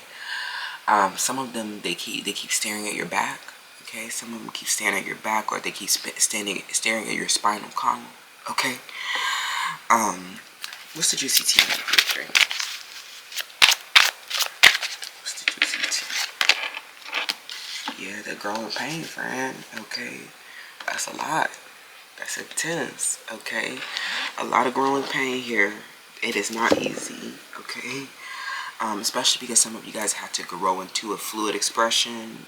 Maybe there was not always, like, this feels like a confession energy. Like, a lot of like fluid sexual people feel like they have to, like, there's an arrival energy perhaps, or there is a period where they have to express or confess their sexuality. Maybe this is like the tea. There was like a tea around your confession, okay? There was a tea around your confession, friend. You let everybody know that you was gay or something like that, or that you were not competing for the men. LOL. You're like, look, I don't care. I'm not competing for them. Okay.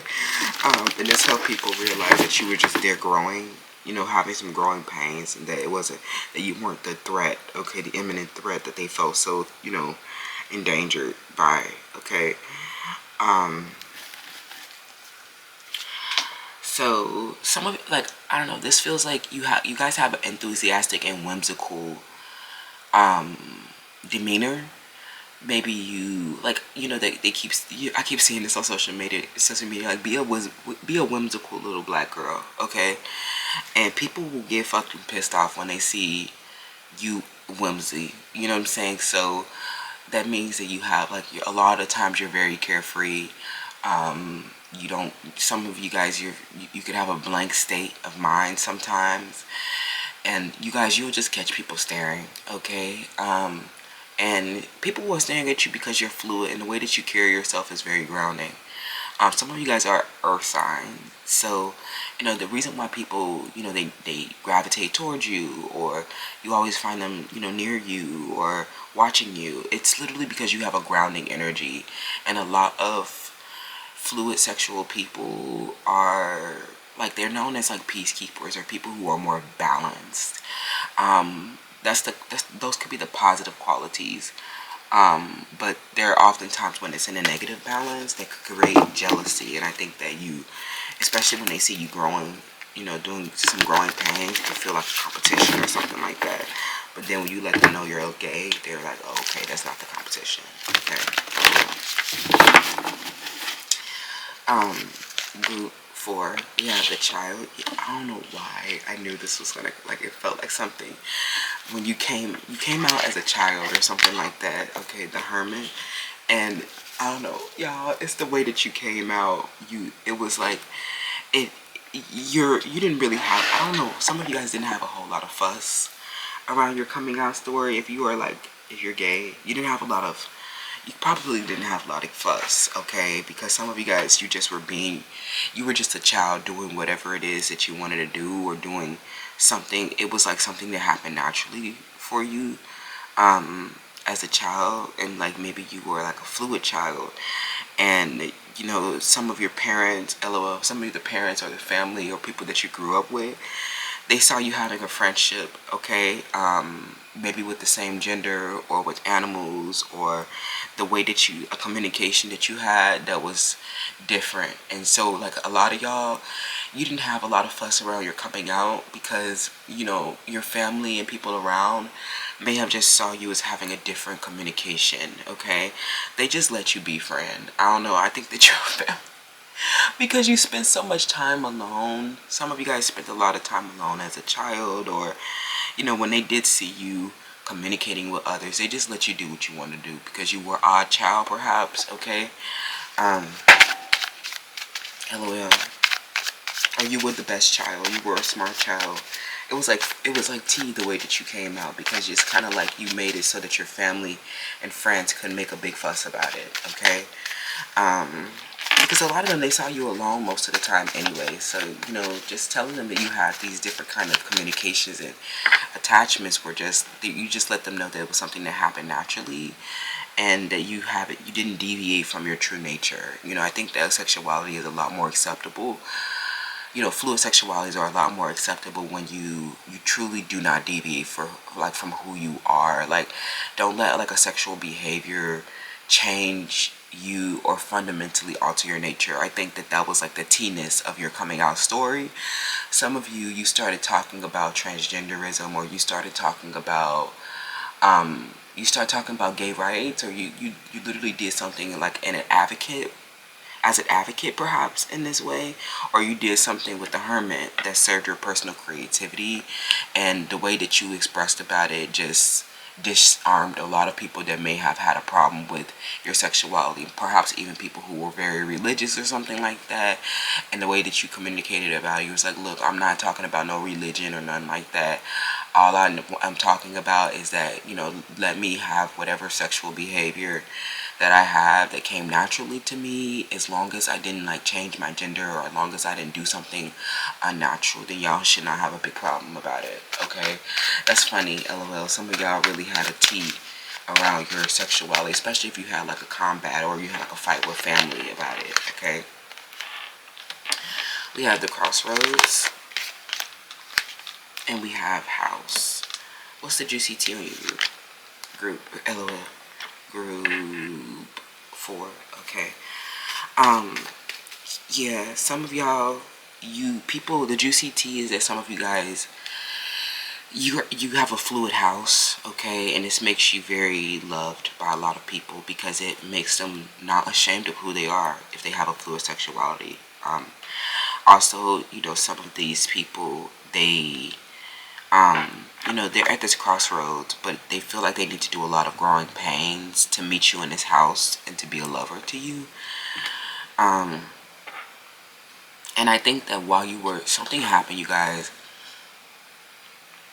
while you were at a crossroads, or while you've been in a house, there's been a lot of decisions to make around the house, and a lot of it's kind of like a high stakes emotional situation, because you are kind of regarded as the rich girl in the situation, or you're regarded as the rich one in the house. Okay, you're the one that they love, or you're the one that they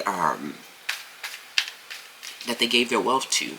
Okay, so but they feel like they need to do a lot of growing pains. Okay, especially if they have a fluid sexuality. Okay, they're at a crossroads with a lot of sorrow about their own house. I think that if this is a decision that needs to be made with someone, about, like, I don't know if there's a decision that they need to make. I think the best thing that I think that you became this rich girl by being a really great friend, okay, with this nature child and not a hermit. You guys became someone's really, really great friend. They had, with the sorrow, somebody had reached a burnout or a disappointment in their house, and you came through enthusiastic and whimsical and turned their whole life into a playground, is what I'm hearing. You made them feel okay to express about their sexuality, and just help people understand to stick to the nature and the validity of things, so that you don't, I don't know, let the imaginal point of view disconnect you from reality or engage you in a maladaptive daydreaming. In this situation, your virtuous and positive qualities are very highlighted. These people actually love you, okay? Anybody who, shows up in the house, they find you to be comfortable. They find you to be kind of like the ray of sunshine. Some of you came around whimsical and enthusiastic and helped them address the sorrow that they had about their life, their house, their romantic relationship, their fluid sexuality. Some of them have been very discriminated against in work and in personal lives, because of their sexuality. Or this could be you. Take it how it resonates. But somebody at a crossroads, or you could be at a crossroads too, because you're a lover to many. You have to decide who you want to share this house with. And people are saying that you're very rich, okay? They're saying that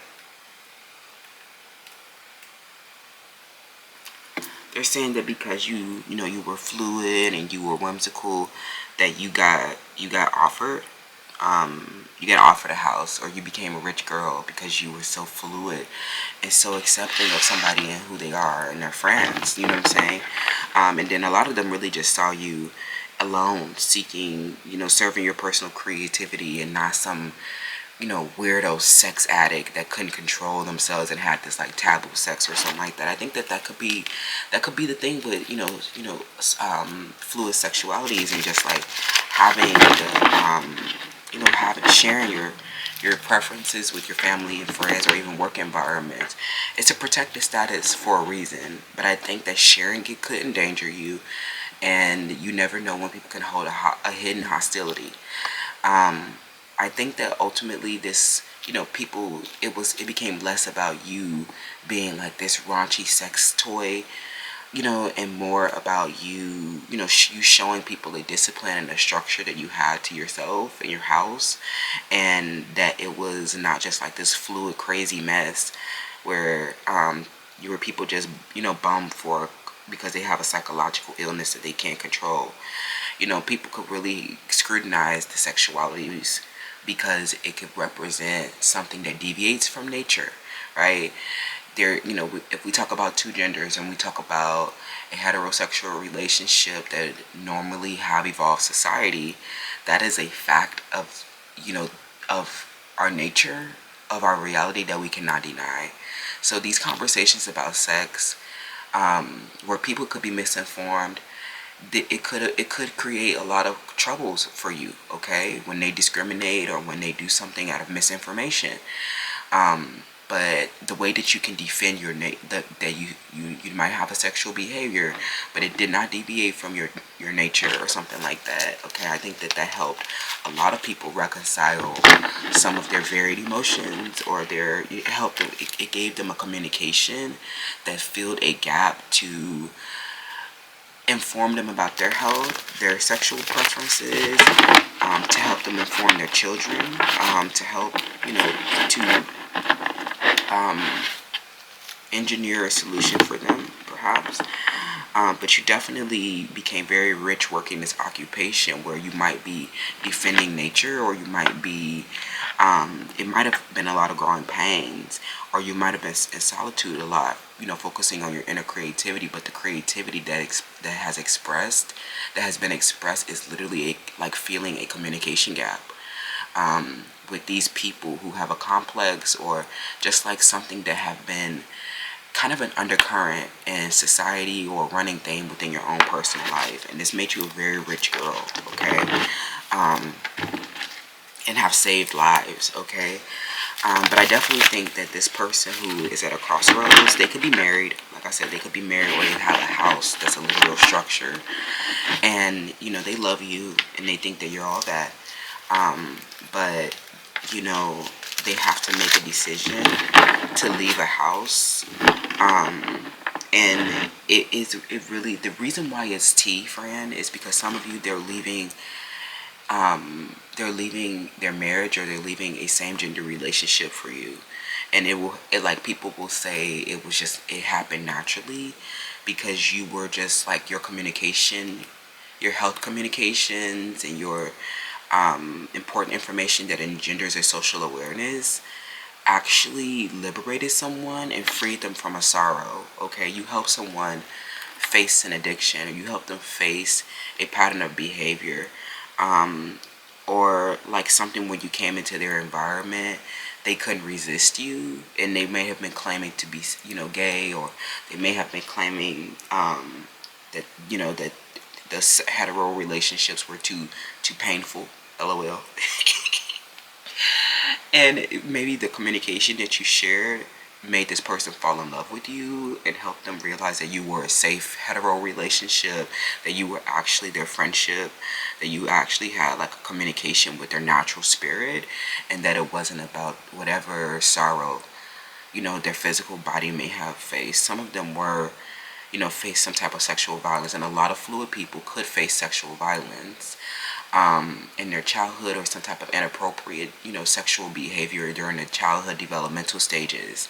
And this communication that you use to fill the information gaps and generate social awareness have returned someone to their true nature.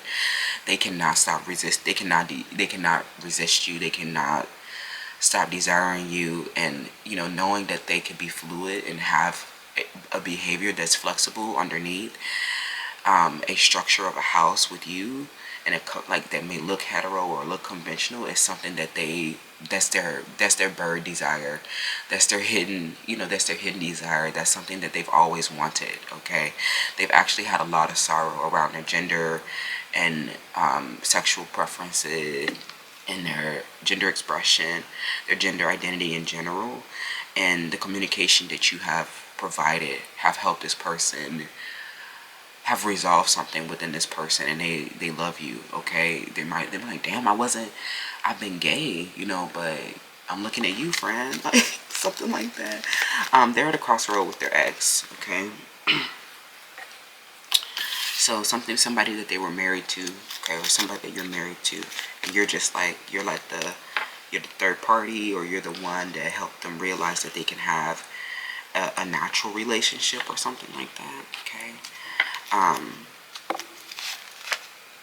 We have Mutable, we have Archangel Shamuel. Yeah, this person sees you as you know, the angel of a peaceful relationship, because they've been married or they've been in a same gender relationship or struggling with struggling in their relationships because of their sexuality, and you came in with an unconditional love, help this person find a peace, resolve a conflict within their house, probably even a conflict with the same gender person, a conflict with others, conflict with you in their house as well.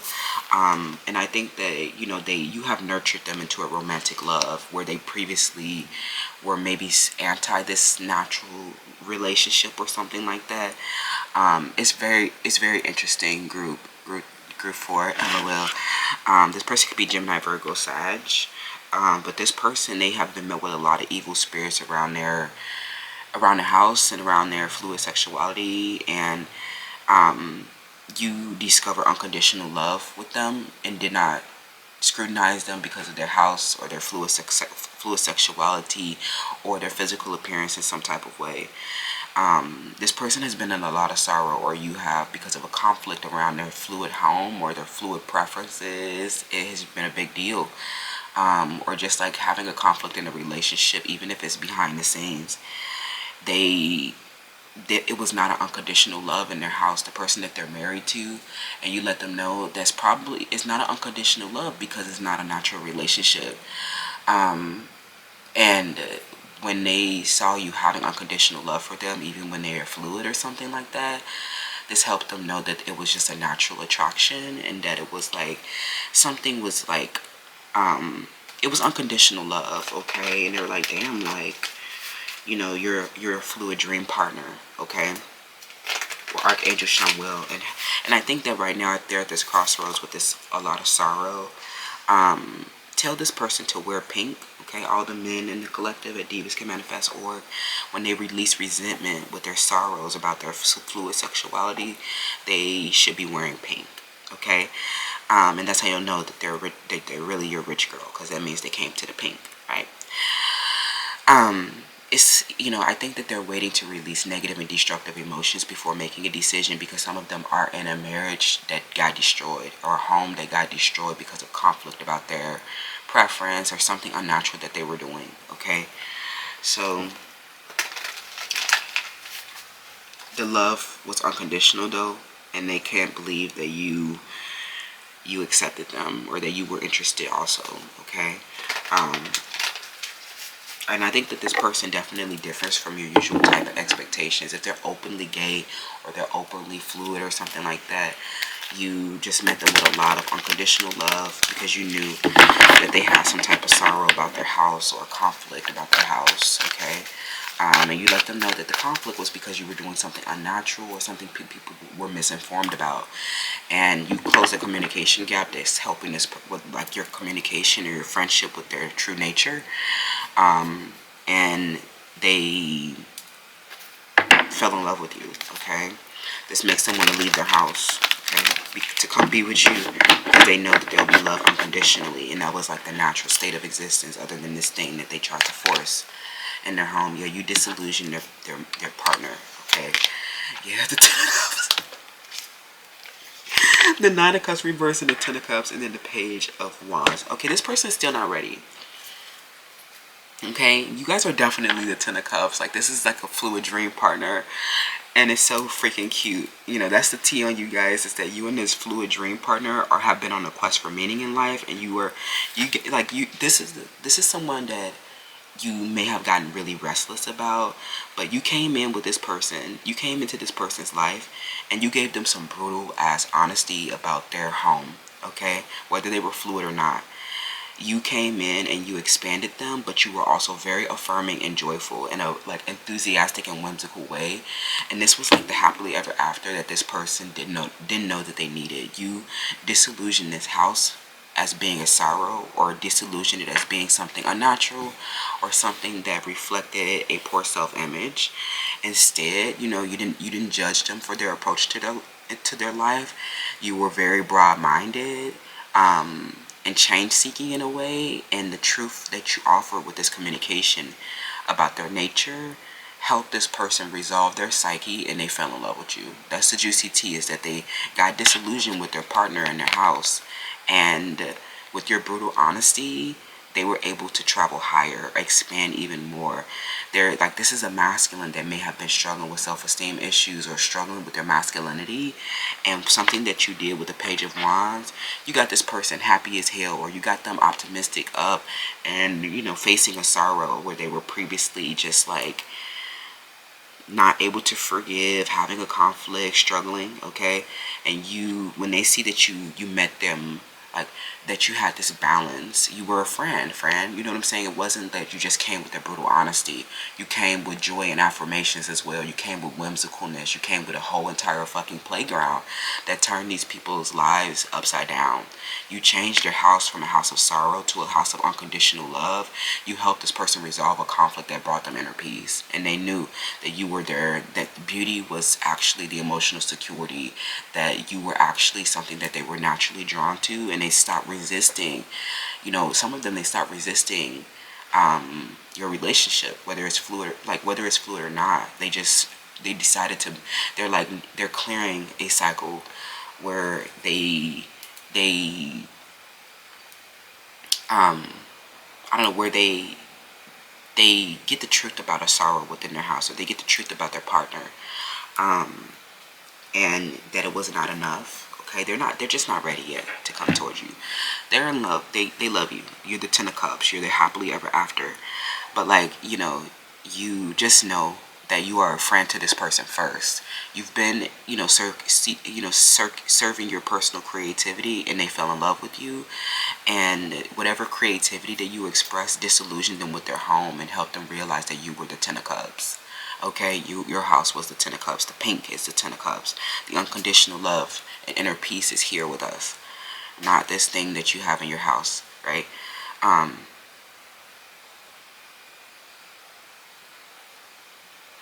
Interesting. You, LOL, with the Nine of Cups, something happened with their partner in their house or spouse.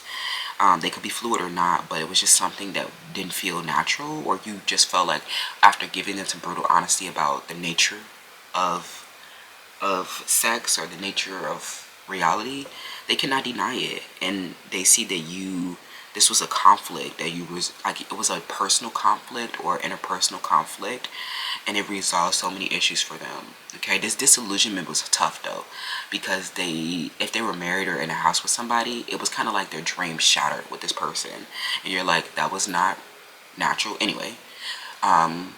Or, you know, they might not have deviated from their nature so much. It was just that it still was something that was taking away their inner peace. And, you know, this person, they got disillusioned with their home life, or their other options, and they feel like they need to do a lot of growing pains. So they're detached, they're independent right now. And, you know, with the Page of Wands, they could be still prone to some kind of subtle projections, but these are a lot more healthier relationships, because you unconditionally love each other with the Ten of Cups. So they're still just trying to, I don't know, I feel like this is about the water element. They're still trying to balance their emotions about this house ending, or, you know, the conflict that needs to resolve peacefully.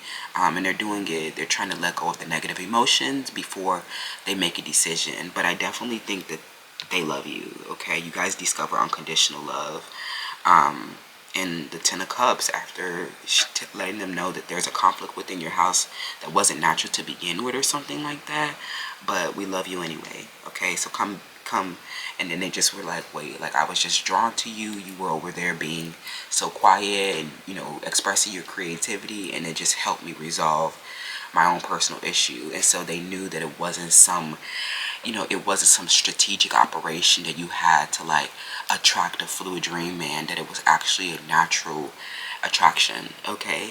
Thank you so much, group 4. Let me know how that resonates. That's the juicy tea, is that you took somebody man, okay? Whether you took a man from a man, okay, or something like that, or a woman from a woman, that your fluid sexuality, you know, snatched them up, friend, okay? That's what I'm saying, group 4. Let me know how that resonates, and let me know in the comments, and I'll see you guys in the next one.